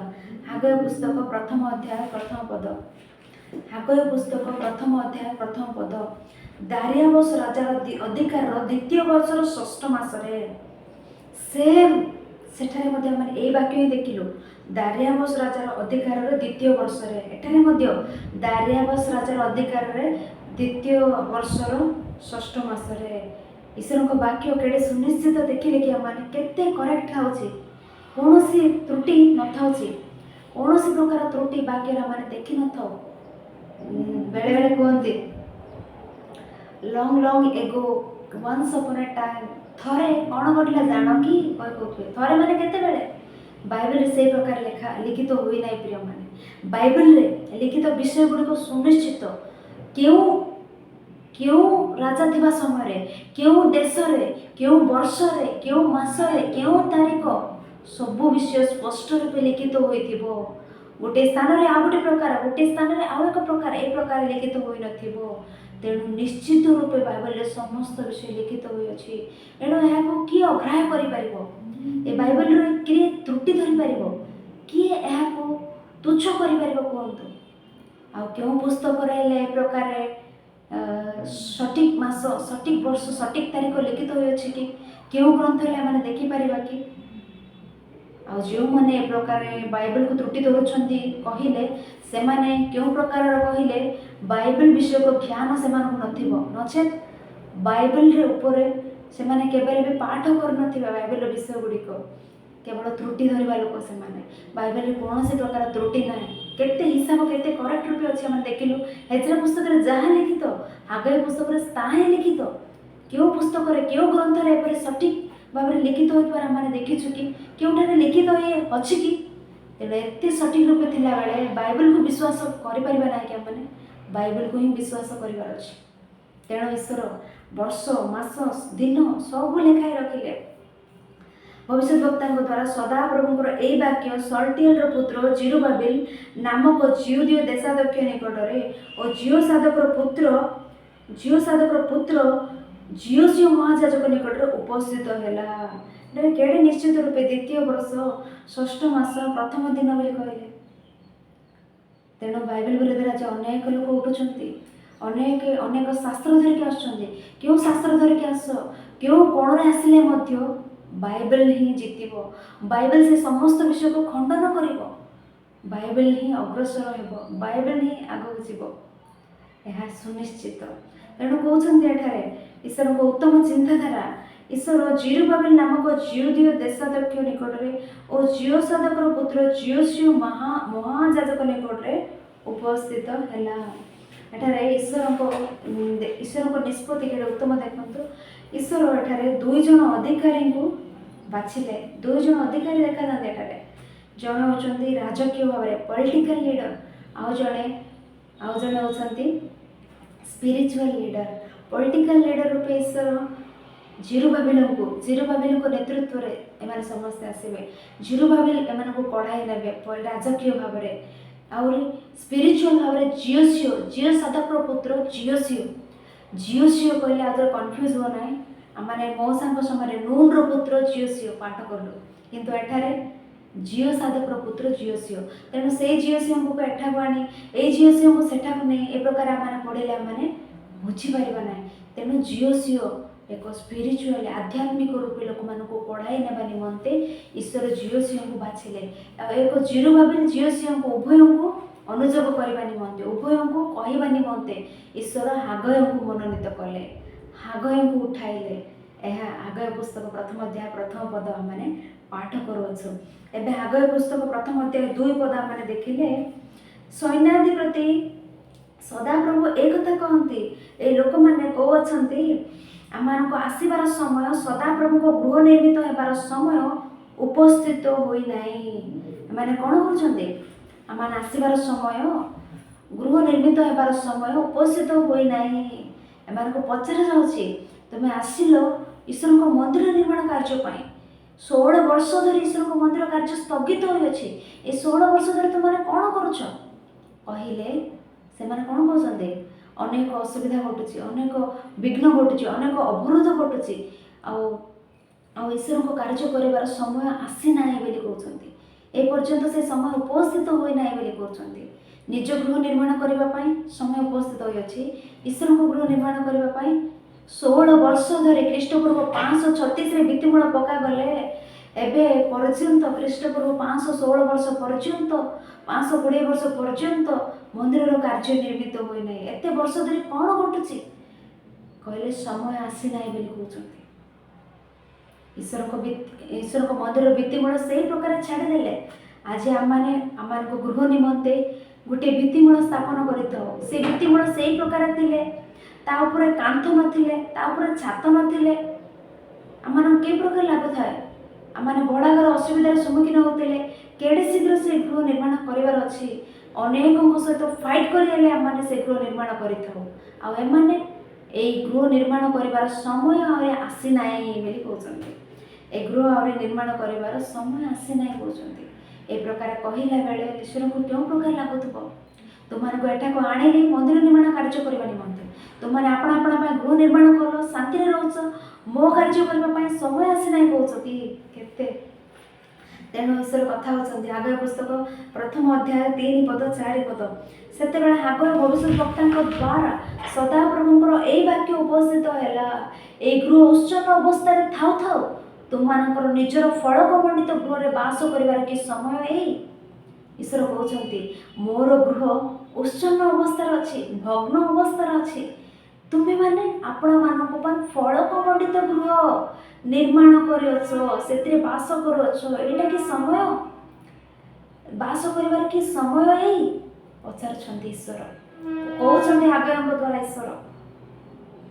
ଫଳକମଣ୍ଡିତ ଗୃହରେ ବାସ କରୁଛନ୍ତି ଏମାନେ। ଈଶ୍ୱରଙ୍କ ଗୃହ ଭଗ୍ନ ଅବସ୍ଥାରେ, ଉଚ୍ଛନ୍ନ ଅବସ୍ଥାରେ ଅଛି, କେବଳ ପୁନାଦି ସହିତ ହିଁ ରହିଯାଇଅଛି, ଆଉ ଆଗକୁ ଉଠୁନାହିଁ। ତୁମମାନେ ଫଳକମଣ୍ଡିତ ଗୃହ, ଉତ୍ତମ ସିଲିଂ ତଳେ, ଉତ୍ତମ ଖଟ ଉପରେ, ଗଦି ଉପରେ ଆରାମରେ ଶାନ୍ତିରେ ଶୋଇପଡ଼ି, ବା କେଡ଼େ ଆନନ୍ଦ ବୋଲି ଶାନ୍ତିରେ ଖଟ ଉପରେ ଶୋଇଛ କି? ପରମେଶ୍ୱରଙ୍କ ମନ୍ଦିର ଉଚ୍ଛନ୍ନ ଅବସ୍ଥାରେ ଅଛି, ତୁମମାନେ ଶାନ୍ତିରେ ରହିବ କି? ମଣିଷର ମନ ଏ ପ୍ରକାରରେ ପ୍ରିୟପାରେ। ଈଶ୍ୱରଙ୍କ କାର୍ଯ୍ୟ କ'ଣ ଅଛି?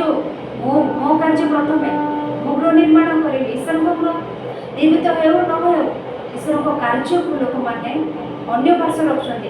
ଈଶ୍ୱରଙ୍କ କାର୍ଯ୍ୟକୁ ଅବହେଳା, ଈଶ୍ୱରଙ୍କ କାର୍ଯ୍ୟ କହିଲେ ଆଜି ମଧ୍ୟ ଅବହେଳା, କ୍ଳାନ୍ତ ହୋଇଯାଉଛନ୍ତି ଈଶ୍ୱରଙ୍କ କାର୍ଯ୍ୟ କରିବା ପାଇଁ। ସେଥିପାଇଁ ଈଶ୍ୱର କହୁଛନ୍ତି ମୋ ଗୃହ ଉଚ୍ଛନ୍ନ ଅବସ୍ଥାରେ ପଡ଼ିଅଛି, ମୋ ଗୃହ ଉଚ୍ଛନ୍ନ ହୋଇଅଛି। ଆଉ ଜିହୁଦୀମାନେ ଆସିଲେ, ରାଜା ପଠାଇଲେ ସେମାନଙ୍କୁ, ଅନେକ ବିଷୟ ଦେଇ ପଠାଇଲେ। କାହିଁକି? ଏମାନେ ଆପଣା ଆପଣା ଗୃହ ନିର୍ମାଣ କରି ଫଳକ ମଣ୍ଡିତ ଗୃହରେ ବାସ କରିବା ନିମନ୍ତେ କି ଈଶ୍ୱରଙ୍କ କାର୍ଯ୍ୟ କରିବା ପାଇଁ ସେମାନଙ୍କୁ ପଠାଇଲେ। ଏଠାରେ ଏମାନେ ଆସି ଆପଣା ପାଇଁ ଗୃହ ନିର୍ମାଣ କରି ଶାନ୍ତିରେ ଖାଇ ପିଇ ଆରାମରେ ରହୁଛନ୍ତି। ପ୍ରିୟମାନେ, ଏହା ଦେଖି ଈଶ୍ୱର କ'ଣ କରିବାର ଅଛି କୁହନ୍ତୁ? ଆଜି ମଧ୍ୟ ଲୋକମାନେ ଏହି ପ୍ରକାର ଈଶ୍ୱରଙ୍କର କାର୍ଯ୍ୟ ଅନେକ ଥିଲାବେଳେ ଈଶ୍ୱରଙ୍କ କାର୍ଯ୍ୟରେ ସହକର୍ମୀ ହେବି, ଈଶ୍ୱରଙ୍କର କାର୍ଯ୍ୟରେ ମୁଁ ଅଂଶୀ ହେବି, ଈଶ୍ୱରଙ୍କ ପାଇଁ ମୁଁ ଦାନ ଦେବି, ଈଶ୍ୱରଙ୍କ କାର୍ଯ୍ୟ ମୁଁ କରିବି, ଈଶ୍ୱରଙ୍କର କାର୍ଯ୍ୟ ମୋ କାର୍ଯ୍ୟ, ଏହି ପ୍ରକାର ଚିନ୍ତାଧାରା ଲୋକମାନଙ୍କ ମଧ୍ୟରେ ନାହିଁ। ପ୍ରଥମେ ଆମର କାର୍ଯ୍ୟ, ପ୍ରଥମେ ନିଜ ସ୍ୱାର୍ଥ, ତାପରେ ଅନ୍ୟ ପାର୍ଶ୍ୱ ରଖିଦେବା ଈଶ୍ୱରଙ୍କ କାର୍ଯ୍ୟ। ଆଜି ଲୋକମାନଙ୍କଠାରେ ଭକ୍ତି କେଉଁ ପ୍ରକାର ଅଛି କହିଲେ? ଏହି ପ୍ରକାର ହିଁ ଅଛି। ପ୍ରଥମେ ଈଶ୍ୱରଙ୍କ କାର୍ଯ୍ୟ ନାହିଁ, ପ୍ରଥମେ ମୋ କାର୍ଯ୍ୟ, ତାପରେ ଶେଷରେ ଈଶ୍ୱରଙ୍କ କାର୍ଯ୍ୟ। ଏହି ପ୍ରକାର ଭକ୍ତି ଆଜି ଆମମାନେ ଲୋକମାନଙ୍କଠାରେ ଦେଖିଥାଉ। ସେଇ କାଳରେ ସେମାନଙ୍କୁ କହୁଛନ୍ତି ବୋଲି ନାହିଁ, ଆଜି ମଧ୍ୟ ଆମମାନଙ୍କଠାରେ ଏହି ପ୍ରକାର ଆମମାନେ କରିଥାଉ। ସତରେ ଆମମାନେ ଈଶ୍ୱରଙ୍କୁ ପ୍ରେମ କରୁଥିଲେ ଏହି ପ୍ରକାର ଅବହେଳା କରିପାରିବା କି ପରମେଶ୍ୱରଙ୍କ କାର୍ଯ୍ୟକୁ? ଆମମାନଙ୍କ ପରିବାରକୁ ଆମମାନେ ପ୍ରେମ କରିଥାଉ, ପରିବାର ସ୍ୱାମୀକୁ, ସ୍ତ୍ରୀକୁ, ସନ୍ତାନଗଣକୁ ଆମମାନେ ପ୍ରେମ କରିଥାଉ। ସେତେବେଳେ ଆମେ କ'ଣ କରିଥାଉ? ଆମମାନଙ୍କ ସ୍ତ୍ରୀ ପ୍ରତି ହେଉ, ଆମମାନଙ୍କ ପରିବାରରେ ହେଉ, କାହାକୁ ହେଲେ କୌଣସି ଅଘଟଣ ଘଟିଲେ ସାଙ୍ଗେ ସାଙ୍ଗେ ଆମ ରିଆକ୍ସନ୍ କ'ଣ ହୋଇଗଲା ସେମାନଙ୍କୁ, ଆମେ ସେଟାକୁ ଦୌଡ଼ି ଯାଇଥାଉ। ଆମମାନଙ୍କର ସନ୍ତାନଗଣ ମଧ୍ୟରୁ କାହାକୁ ହେଲେ କୌଣସି ଅଘଟଣ ଘଟିଲେ ଦୌଡ଼ିକି ଯାଇଥାଉ। ରାତି ହେଉ, ଦିନ ହେଉ, ତା କେଉଁ ସମୟରେ ହେଉ, ପରମେଶ୍ୱରଙ୍କ ନିମନ୍ତେ ଏ ପ୍ରକାର ଦୌଡ଼ିଛେ କି? ପରମେଶ୍ୱରଙ୍କୁ ଆପଣା ମନରେ ଆମେ ସ୍ଥାନ ଦେଇଛେ କି? ପରମେଶ୍ୱରଙ୍କୁ ଆମେ ମନରେ ସ୍ଥାନ ଦେଉଛେ କି? ଦେଲେ କେଉଁ ସ୍ଥାନରେ ପରମେଶ୍ୱରଙ୍କୁ ଆମେ ରଖିଅଛୁ? ପ୍ରଥମେ ଆମ ପରିବାରକୁ ସ୍ଥାନ ଦେଉଛୁ, କେଉଁଠି ନା ପରମେଶ୍ୱରଙ୍କୁ ଦୂରରେ ରଖିଦେଉଛେ ଆମମାନେ। ପ୍ରିୟମାନେ, ପରମେଶ୍ୱର ଆମମାନଙ୍କ ପରିବାରକୁ, ଆମର ପିଲାମାନଙ୍କୁ ଇମ୍ପୋର୍ଟାନ୍ସ ଦିଅ ନାହିଁ ବୋଲି କହୁନାହାନ୍ତି। ସେମାନଙ୍କୁ ଇମ୍ପୋର୍ଟାନ୍ସ ଦିଅ, ସେମାନଙ୍କୁ ଗୁରୁତ୍ୱ ଦିଅ, ହେଲେ ସେମାନଙ୍କ ଅପେକ୍ଷା ମୋତେ ଅଧିକ ଗୁରୁତ୍ୱ ଦିଅ। ତୁମେ ନିଜ ଅପେକ୍ଷା ମୋତେ ଅଧିକ ଗୁରୁତ୍ୱ ଦିଅ ବୋଲି ଈଶ୍ୱର କହୁଅଛନ୍ତି। ଆଉ ଆଜି ଈଶ୍ୱରଙ୍କ କାର୍ଯ୍ୟକୁ ଆମେ ପ୍ରଥମ ସ୍ଥାନ ଦେଉଛେ କି? ପ୍ରଥମେ ମୋ ପରମେଶ୍ୱରଙ୍କର କାର୍ଯ୍ୟ, ତାପରେ ମୋ କାର୍ଯ୍ୟ, ଏ ପ୍ରକାର ଆମମାନେ କହୁଛେ କି?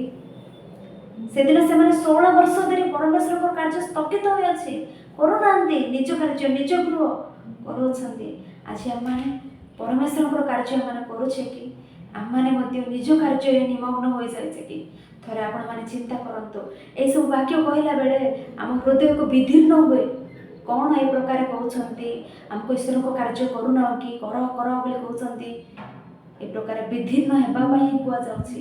ଈଶ୍ୱର ଆମ ହୃଦୟ ବିଦୀର୍ଣ୍ଣ ହୋଇ ଆମେ ତାହାଙ୍କୁ ପ୍ରଥମ ସ୍ଥାନ ଦେବା, ତାହାଙ୍କ କାର୍ଯ୍ୟ କରିବା, ତାହାଙ୍କ ଇଚ୍ଛୁକ ରୂପେ ବଞ୍ଚିବା ପାଇଁ ସେ ଚାହାନ୍ତି। ତେଣୁ ଆମମାନଙ୍କୁ ଏ ବାକ୍ୟ ଦ୍ୱାରା ସେ କହୁଛନ୍ତି, ପ୍ରଥମ ସ୍ଥାନ ମୋତେ ଦିଅ, ପ୍ରଥମେ ମୋ କାର୍ଯ୍ୟ କର, ଅବହେଳା କର ନାହିଁ, ମୋ କାର୍ଯ୍ୟ କରିବା ପାଇଁ କ୍ଳାନ୍ତ ହୁଅ ନାହିଁ। ତାପରେ ଆମେ ଦେଖିଲେ ହାଗୟ ପୁସ୍ତକ ପ୍ରଥମ ଅଧ୍ୟାୟ 4 ପଦ, ହାଗୟ ପୁସ୍ତକ ପ୍ରଥମ ଅଧ୍ୟାୟ 4 ପଦ, ଏହି ଗୃହ ଉଚ୍ଛନ୍ନ ଅବସ୍ଥାରେ ଥାଉ ଥାଉ ତୁମମାନଙ୍କର ନିଜର ଫଳକମଣ୍ଡିତ ଗୃହରେ ବାସ କରିବାର କି ସମୟ ହେଇ?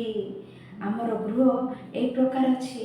ତୁମେ ଏବେ ଫଳକମଣ୍ଡିତ ଗୃହରେ ବାସ କରୁଛ କି? ଆମ ଗୃହ ନିର୍ମାଣ କରିବ ନାହିଁ କି? ଭିତ୍ତିମୂଳ ହୋଇ ରହିଅଛି, ଆହୁରି କାନ୍ଥ ଉଠି ନାହିଁ, ଛାତ ହୋଇ ନାହିଁ।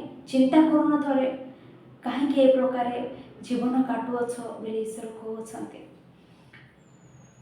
ଆଉ ଏମାନେ କ'ଣ କହୁଛନ୍ତି ଦେଖିଲେ, ଆମେ 5 ପଦରେ ଆମେ ଦେଖିବା, ଯେହେତୁ ସୈନ୍ୟାଧିପତି ସଦାପ୍ରଭୁ ଏହି କଥା କହନ୍ତି, ତୁମେମାନେ ଆପଣା ପଥ ବିବେଚନା କର।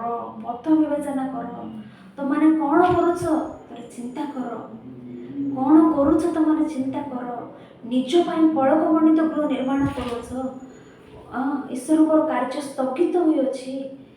ଈଶ୍ୱରଙ୍କ କାର୍ଯ୍ୟ ସ୍ଥଗିତ କରି ସେମାନେ କ'ଣ କରୁଛନ୍ତି କହିଲେ, ଈଶ୍ୱରଙ୍କ କାର୍ଯ୍ୟ ଘଟୁ ନାହିଁ କହିଲେ ଈଶ୍ୱରଙ୍କ ଇଚ୍ଛା ନାହିଁ ବୋଧେ। ଏହା ଗୋଟିଏ କାରଣ କୁହନ୍ତି। ଅନେକ ଲୋକ ଆଜି ମଧ୍ୟ ବାହାନା, ଈଶ୍ୱରଙ୍କର କାର୍ଯ୍ୟ ହେଉନଥିବ, ଈଶ୍ୱରଙ୍କର କାର୍ଯ୍ୟ କରୁନଥିବେ। କ'ଣ ହେଲା ଈଶ୍ୱରଙ୍କ କାର୍ଯ୍ୟ ହେଉନାହିଁ, କ'ଣ ହେଲା ଈଶ୍ୱରଙ୍କ କାର୍ଯ୍ୟ କରୁନାହାନ୍ତି କହିଲେ? ଈଶ୍ୱରଙ୍କର କାର୍ଯ୍ୟ ହେଉନାହିଁ, ଅନେକ ପ୍ରତିରୋଧ ଆସୁଛି, ଅନେକ ବିଘ୍ନ ଆସୁଛି, ଏ କାର୍ଯ୍ୟ ଈଶ୍ୱରଙ୍କ କାର୍ଯ୍ୟ ଘଟୁନାହିଁ କହିଲେ ଈଶ୍ୱରଙ୍କର ଇଚ୍ଛା ନାହିଁ ବୋଲି କହିଦେଉଛନ୍ତି। ଗୋଟିଏ ବିଷୟ କ'ଣ କହିଲେ, ଈଶ୍ୱରଙ୍କ କାର୍ଯ୍ୟ ମାନେ ଆରମ୍ଭ କଲେ, ଈଶ୍ୱରଙ୍କ କାର୍ଯ୍ୟରେ ମାନେ ଥିଲେ ଆସିବ ହିଁ ପ୍ରତିରୋଧ, ଆସିବ ହିଁ ଅବରୋଧ, ଆସିବ ହିଁ ବିଘ୍ନ। ବିଘ୍ନ ଅନେକ ଘଟିବ ଈଶ୍ୱରଙ୍କ କାର୍ଯ୍ୟ କଲାବେଳେ, କିନ୍ତୁ ସେଇ କାର୍ଯ୍ୟ ପରିତ୍ୟାଗ ନ କରି କରିବା ଲୋକ ହିଁ ପ୍ରକୃତ ଭକ୍ତ। ନାହିଁ ଈଶ୍ୱରଙ୍କ କାର୍ଯ୍ୟ କରୁଛୁ, କୌଣସି ବିଘ୍ନ ଆସିଲା, ଈଶ୍ୱରଙ୍କ କାର୍ଯ୍ୟ ପରିତ୍ୟାଗ କଲେ, ସେ ବ୍ୟକ୍ତିଠାରେ ଭକ୍ତି ଅଛି କି, ସେ ବ୍ୟକ୍ତିଠାରେ ଦାୟିତ୍ୱ ଅଛି କି, ସେ ବ୍ୟକ୍ତିଠାରେ ସଂସ୍କାର ଅଛି କି? ଈଶ୍ୱରଙ୍କ କାର୍ଯ୍ୟ ଘଟୁଛି, ବିଘ୍ନ ଆସିଲା ବୋଲି ପରିତ୍ୟାଗ ଚାଲିଗଲୁ, କାହିଁ ଆମର ସଂସ୍କାର, କାହିଁ ଆମର ଦାୟିତ୍ୱ, କାହିଁ ଆମର ଭକ୍ତି? ଜମା ନାହିଁ। ତେଣୁ ଈଶ୍ୱରଙ୍କ କାର୍ଯ୍ୟରେ ବିଘ୍ନ ଆସିଲେ, ବାଧା ଆସିଲେ ଆମମାନେ ସ୍ଥିର ରୂପେ ରହୁ। ସେତେବେଳେ ଆମମାନଙ୍କର ଭକ୍ତି କ'ଣ, ଈଶ୍ୱରଙ୍କ ପ୍ରତି ଆମମାନଙ୍କର ଭୟ କ'ଣ, ସେତେବେଳେ ଜଣାଯିବ।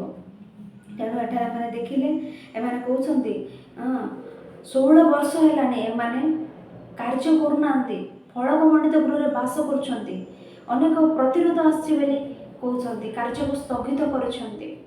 ତେଣୁ ଈଶ୍ୱରଙ୍କର ଇଚ୍ଛା ନାହିଁ, ଈଶ୍ୱରଙ୍କ କାର୍ଯ୍ୟ ଈଶ୍ୱରଙ୍କ ଇଚ୍ଛା ନାହିଁ ବୋଲି ଏ ପ୍ରକାର ନିଜ କାର୍ଯ୍ୟ କରୁଛନ୍ତି। ଆଉ ଅଧିକାଂଶ ଲୋକ ଏ ସମୟରେ ବି ଆମେ ଦେଖିଥାଉ, ଗୋଟିଏ ସଭା ଆୟୋଜନ କରିବା କହିଲେ ଈଶ୍ୱରଙ୍କର ଇଚ୍ଛା ନାହିଁ, ଗୋଟିଏ ପତ୍ରିକା ବାଣ୍ଟିବା ଈଶ୍ୱରଙ୍କ ଇଚ୍ଛା ନାହିଁ, ଗୋଟିଏ ସେମିନାର ଆୟୋଜନ କରିବା କହିଲେ ଈଶ୍ୱରଙ୍କ ଇଚ୍ଛା ନାହିଁ, ଗୋଟିଏ ପୁସ୍ତକ ଲେଖିବା ଏ ଈଶ୍ୱରଙ୍କ କାର୍ଯ୍ୟ, ଈଶ୍ୱରଙ୍କର ଇଚ୍ଛା ନାହିଁ। এই ପ୍ରକାର କଥା ହେଉଥିବେ, କ'ଣ ଈଶ୍ୱରଙ୍କର କାର୍ଯ୍ୟ ଆମମାନେ କରିଲେ ସେଥିରେ ଈଶ୍ୱରଙ୍କର ଇଚ୍ଛା ନାହିଁ କି? ଆମମାନଙ୍କ ପରିବାରରେ ଅନେକ କାର୍ଯ୍ୟ କରିଥାଉ, ପରିବାରରେ କାର୍ଯ୍ୟ କଲାବେଳେ ଈଶ୍ୱରଙ୍କର ଇଚ୍ଛା ଥାଉଛି, ପରିବାରରେ କୌଣସି କାର୍ଯ୍ୟ କେତେବେଳେ ବନ୍ଦ ହେଉନାହିଁ, ଘଟୁଛି ସୁରୁଖୁରୁରେ, ଈଶ୍ୱରଙ୍କ କାର୍ଯ୍ୟ ବେଳକୁ ଆସିଲା ବେଳକୁ ଈଶ୍ୱରଙ୍କ ଇଚ୍ଛା ନାହିଁ, ଈଶ୍ୱରଙ୍କ ଇଚ୍ଛା ନାହିଁ, ଏ ପ୍ରକାର କହୁଥିବେ କାରଣ ଗୁଡ଼ିକ। ଆମ ନିଜ କାର୍ଯ୍ୟକୁ ଗୁରୁତ୍ୱ ଦେଇଥାଉ, ଈଶ୍ୱରଙ୍କ କାର୍ଯ୍ୟ ହେଲେ ଇଚ୍ଛା ନାହିଁ, ଅବହେଳା ଅନ୍ୟ ପାର୍ଶ୍ୱରେ ରଖିଥାଉ।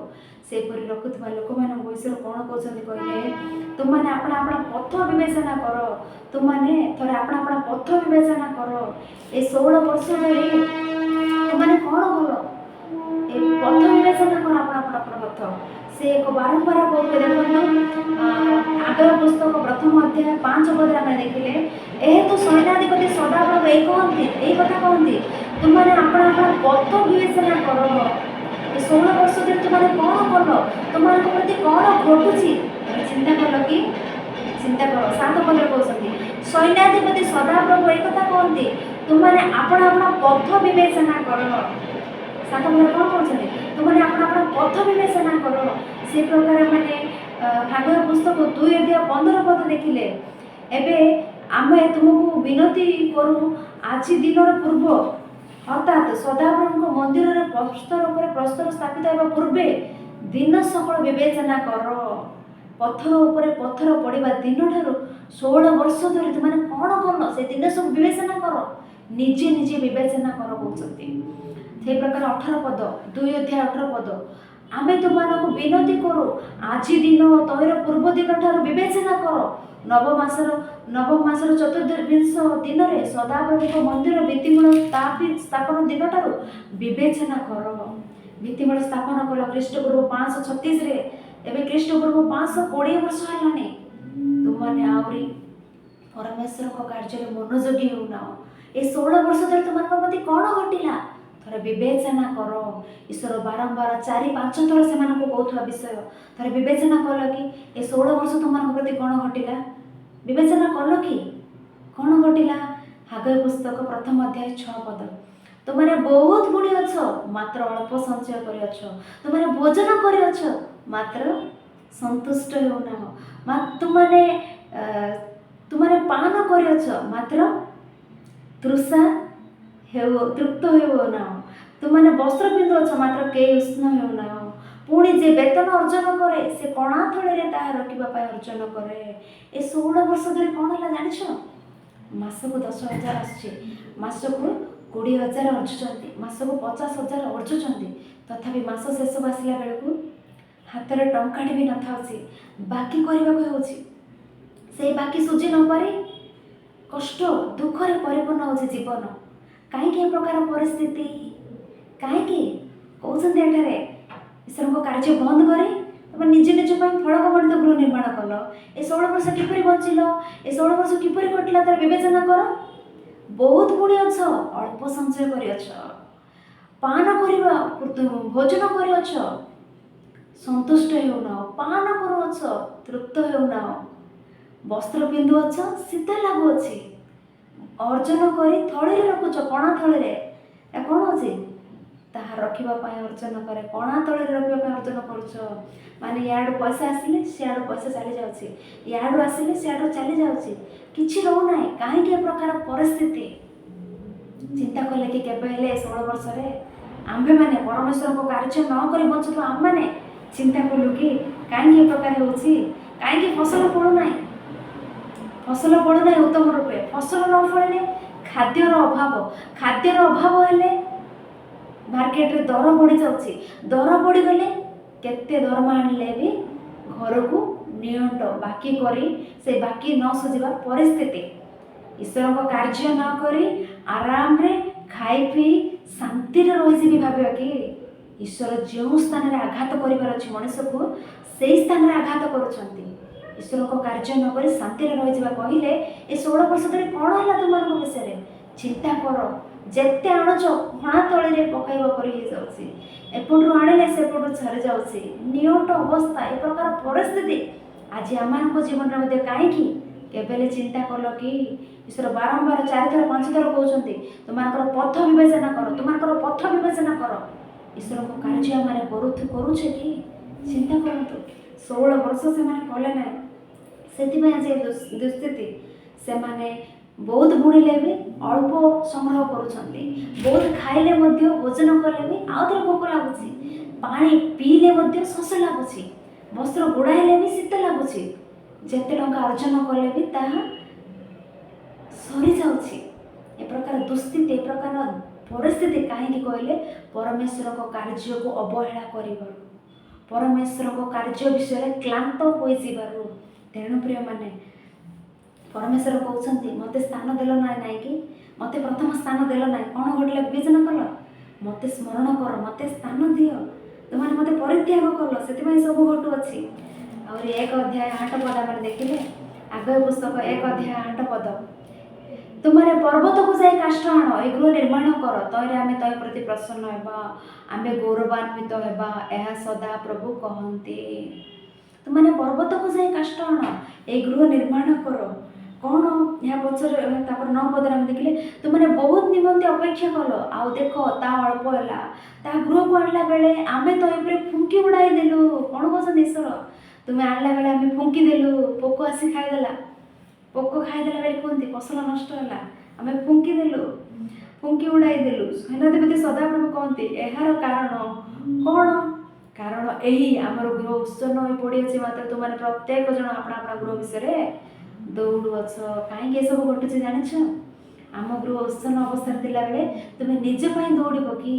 ନିଜ କାର୍ଯ୍ୟକୁ ପ୍ରଥମ ସ୍ଥାନ ଦେବ କି? କ'ଣ ଘଟିବ?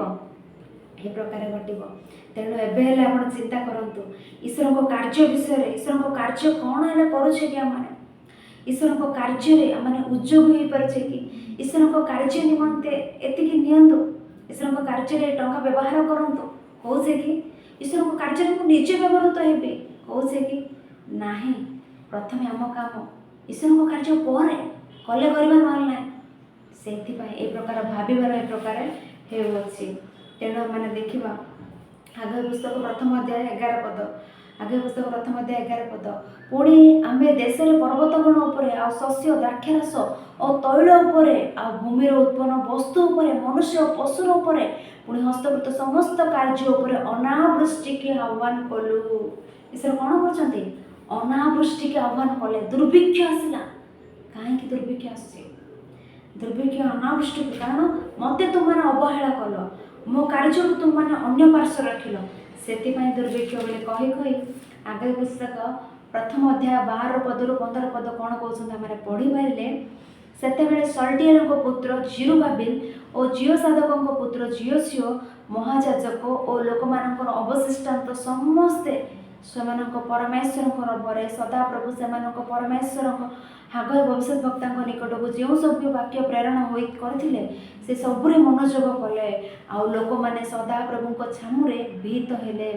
ତହିଁରେ ସଦାପ୍ରଭୁଙ୍କ ଦୂତ ହାଗୟ ଲୋକମାନଙ୍କୁ ସଦାପ୍ରଭୁଙ୍କ ସମ୍ବାଦ ଜଣାଇ କହିଲେ, ସଦାପ୍ରଭୁ କହନ୍ତି ଆମେ ତୁମମାନଙ୍କ ସଙ୍ଗେ ସଙ୍ଗେ ଅଛୁ। ପୁଣି ସଦାପ୍ରଭୁ ସଲଟିଏଲଙ୍କ ପୁତ୍ର ଜିଉଦୀୟ ଦେଶାଧ୍ୟକ୍ଷ ଜିରୁବାବେଲଙ୍କ ଆତ୍ମାକୁ, ଜିଓସାଦାକ ପୁତ୍ର ଜିଓସିଓ ମହାଯାଜକଙ୍କ ଆତ୍ମାକୁ ଆଉ ଲୋକମାନଙ୍କର ଅବଶିଷ୍ଟ ସମସ୍ତଙ୍କର ଆତ୍ମାକୁ ଉତ୍ତେଜିତ କଲେ।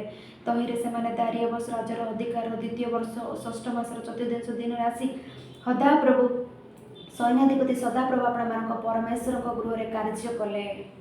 ଈଶ୍ୱର ହାଗୟଙ୍କ ଦ୍ୱାରା ଏମାନଙ୍କୁ ପ୍ରୋତ୍ସାହିତ କରିବାରୁ ଉତ୍ସାହିତ କରିବାରୁ ପ୍ରଥମ ଅଧ୍ୟାୟରେ 12 ପଦରୁ 15 ପଦ ପର୍ଯ୍ୟନ୍ତ ଆମେ ପଢ଼ିଲେ ଏମାନେ କାର୍ଯ୍ୟ କରିବାକୁ ଲାଗିଲେ। ଦାରିୟବସଙ୍କ 2ୟ ବର୍ଷ ପର୍ଯ୍ୟନ୍ତ ବନ୍ଦ ଥିଲା, ତାପରେ ଏମାନେ କାର୍ଯ୍ୟ କଲେ। 6ଠ ବର୍ଷ ପର୍ଯ୍ୟନ୍ତ 4 ବର୍ଷ ଏମାନେ ମନ୍ଦିର ନିର୍ମାଣ କାର୍ଯ୍ୟ କଲେ। ତେଣୁ ହାଗୟ ପୁସ୍ତକ ପ୍ରଥମ ଅଧ୍ୟାୟ କ'ଣ କହିଲେ? ସେମାନଙ୍କର ପଥ ବିବେଚନା କରିବାକୁ କହିଲେ। ସେମାନଙ୍କ ପ୍ରତି ଘଟିବାକୁ ଥିବା ଅମଙ୍ଗଳ, ଘଟୁଥିବା ଅମଙ୍ଗଳ ପଛରେ କାରଣ କ'ଣ ଜଣାଇଲେ। ଈଶ୍ୱରଙ୍କ କାର୍ଯ୍ୟ ପାଇଁ ଏନକରେଜ କଲେ। ସେମାନେ ଈଶ୍ୱରଙ୍କ କାର୍ଯ୍ୟ କଲେ। ଆଉ 2 ଅଧ୍ୟାୟରେ କ'ଣ ଥିବ କହିଲେ?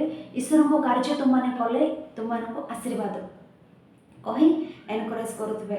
ହାଗୟ ଜିକରିୟ ମଧ୍ୟ କରୁଥିବେ। ହାଗୟ କରୁଥିବା ଏନକରେଜ ଆମେ ହାଗୟ ପୁସ୍ତକରେ ପଢ଼ୁଛେ। ତେଣୁ 2 ଅଧ୍ୟାୟ ଦେଖିଲେ, 2 ଅଧ୍ୟାୟ 4 ପଦ। ତଥାପି ସଦାପ୍ରଭୁ କହନ୍ତି, ଏ ଜିରୁବାବେଲ ତୁମେ ବଳବାନ ହୁଅ, ଆଉ ଏ ଜିଓସାଦାକର ପୁତ୍ର ଜିଓସିଓ ମହାଯାଜକ ତୁମେ ବଳବାନ ହୁଅ, ଏ ଦେଶସ୍ଥ ଲୋକ ସମସ୍ତେ ତୁମମାନେ ବଳବାନ ହୁଅ ଓ କାର୍ଯ୍ୟ କର। ଈଶ୍ୱର ସବଳ କରୁଅଛନ୍ତି। ଜିରୁବାବେଲ ତୁମେ ବଳବାନ ହୁଅ, ଆମେ ତୁମ ସଙ୍ଗେ ଅଛୁ। ଜିଓସିଓ ତୁମେ ବଳବାନ ହୁଅ, ଆମେ ତୁମ ସଙ୍ଗେ ଅଛୁ। କାର୍ଯ୍ୟ କର, କାର୍ଯ୍ୟ ଆଗକୁ ବଢ଼ୁ, କାର୍ଯ୍ୟ ବନ୍ଦ ନ ହେଉ। ସେ ପ୍ରକାର ଆମେ ଦେଖିଲେ ହାଗୟ ପୁସ୍ତକ 2 ଅଧ୍ୟାୟ 9 ପଦ। ହାଗୟ ପୁସ୍ତକ 2 ଅଧ୍ୟାୟ 9 ପଦ। ଏହି ଗୃହର ପୂର୍ବ କାଳର ଐଶ୍ୱର୍ଯ୍ୟ ଅପେକ୍ଷା ଶେଷ କାଳର ଐଶ୍ୱର୍ଯ୍ୟ ଅଧିକ ଗୁରୁତର ହେବ, ଏହା ସୈନ୍ୟାଧିପତି ସଦାପ୍ରଭୁ କହନ୍ତି। ଈଶ୍ୱର କ'ଣ କହୁଛନ୍ତି? ଏହି ଗୃହର ପୂର୍ବ କାଳର ଐଶ୍ୱର୍ଯ୍ୟ ଅପେକ୍ଷା, ପୂର୍ବ କାଳରେ କହିଲେ ପୂର୍ବେ ସୋଲୋମନଙ୍କ ଦ୍ୱାରା ନିର୍ମିତ ମନ୍ଦିର ଐଶ୍ୱର୍ଯ୍ୟ ଅତି ମହାନ ରୂପେ ଥିଲା ନା। ସେଇ ଐଶ୍ୱର୍ଯ୍ୟ ଅପେକ୍ଷା ବର୍ତ୍ତମାନ ଏଇ ଗୃହ ଯେଉଁ ଆପଣମାନେ ନିର୍ମାଣ କରୁଛନ୍ତି ସେଇ ଗୃହର ଐଶ୍ୱର୍ଯ୍ୟ ଅଧିକ ଗୁରୁତର ହେବ।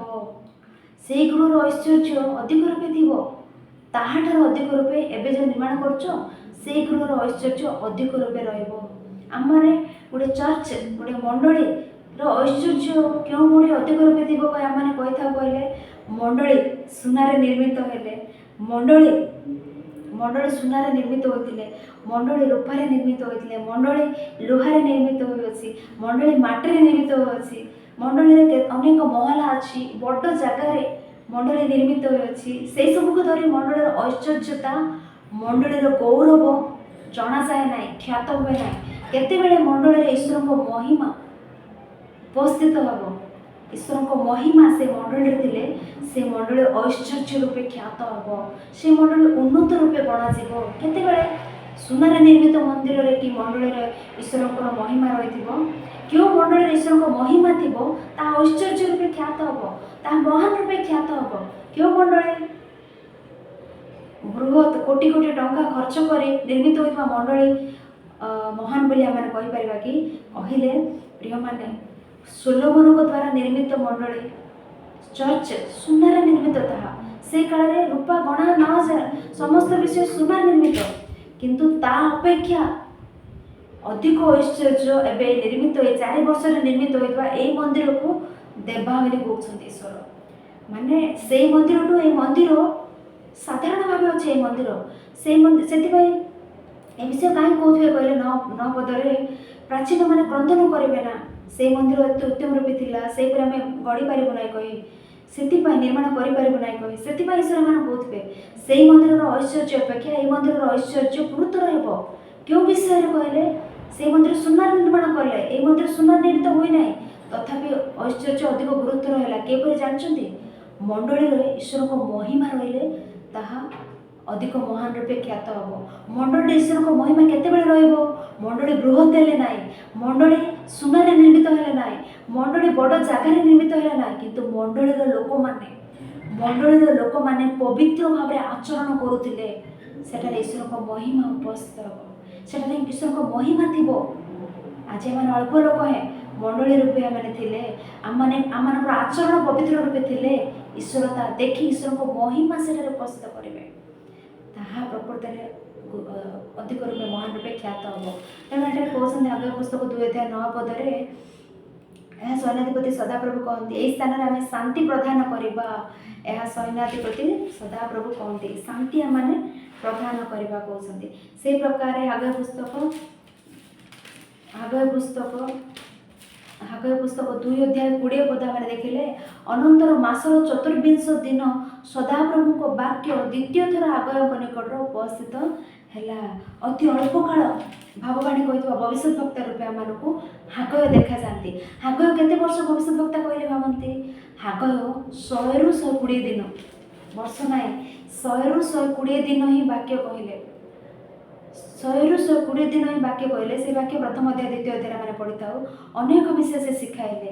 ତାପରେ ଆମେ 22 ପଦ 23 ପଦ ପଢ଼ିଲେ, ଆମେ ରାଜ୍ୟ ସମୂହର ସିଂହାସନ ଓଲଟାଇ ପକାଇବା ଓ ଗୋଷ୍ଠୀଗଣର ସକଳ ରାଜ୍ୟର ପରାକ୍ରମ ବିନଷ୍ଟ କରିବା। ଆଉ ଆମେ ରଥାରୋହୀମାନଙ୍କୁ ଓଲଟାଇ ପକାଇବା। ପୁଣି ଅଶ୍ୱାରୋହୀମାନେ ଆପଣ ଭ୍ରାତାର ଖड्ग ଦ୍ୱାରା ପତିତ ହେବେ। ସୈନ୍ୟାଧିପତି ସଦାପ୍ରଭୁ କହନ୍ତି, ଏ ସଲ୍ଟିଏଲର ପୁତ୍ର ଆମର ଦାସ ଜେରୁବାବେଲ, ସେଦିନ ଆମେ ତୁମକୁ ଗ୍ରହଣ କରିବା ଓ ତୁମକୁ ମୁଦ୍ରାର୍ଥକ ଅଙ୍ଗୁରୀୟ ସ୍ୱରୂପ କରିବା। ଏହା ସଦାପ୍ରଭୁ କହନ୍ତି, କାରଣ ଆମେ ତୁମକୁ ମନୋନୀତ କରିଅଛୁ। ଏହା ସୈନ୍ୟାଧିପତି ସଦାପ୍ରଭୁ କହନ୍ତି। ଏବେ କହୁଛନ୍ତି ଈଶ୍ୱର ଜେରୁବାବେଲକୁ, ଆମେ ତୁମକୁ ମୁଦ୍ରାର୍ଥକ ଅଙ୍ଗୁରୀୟ ସ୍ୱରୂପ କରିବା।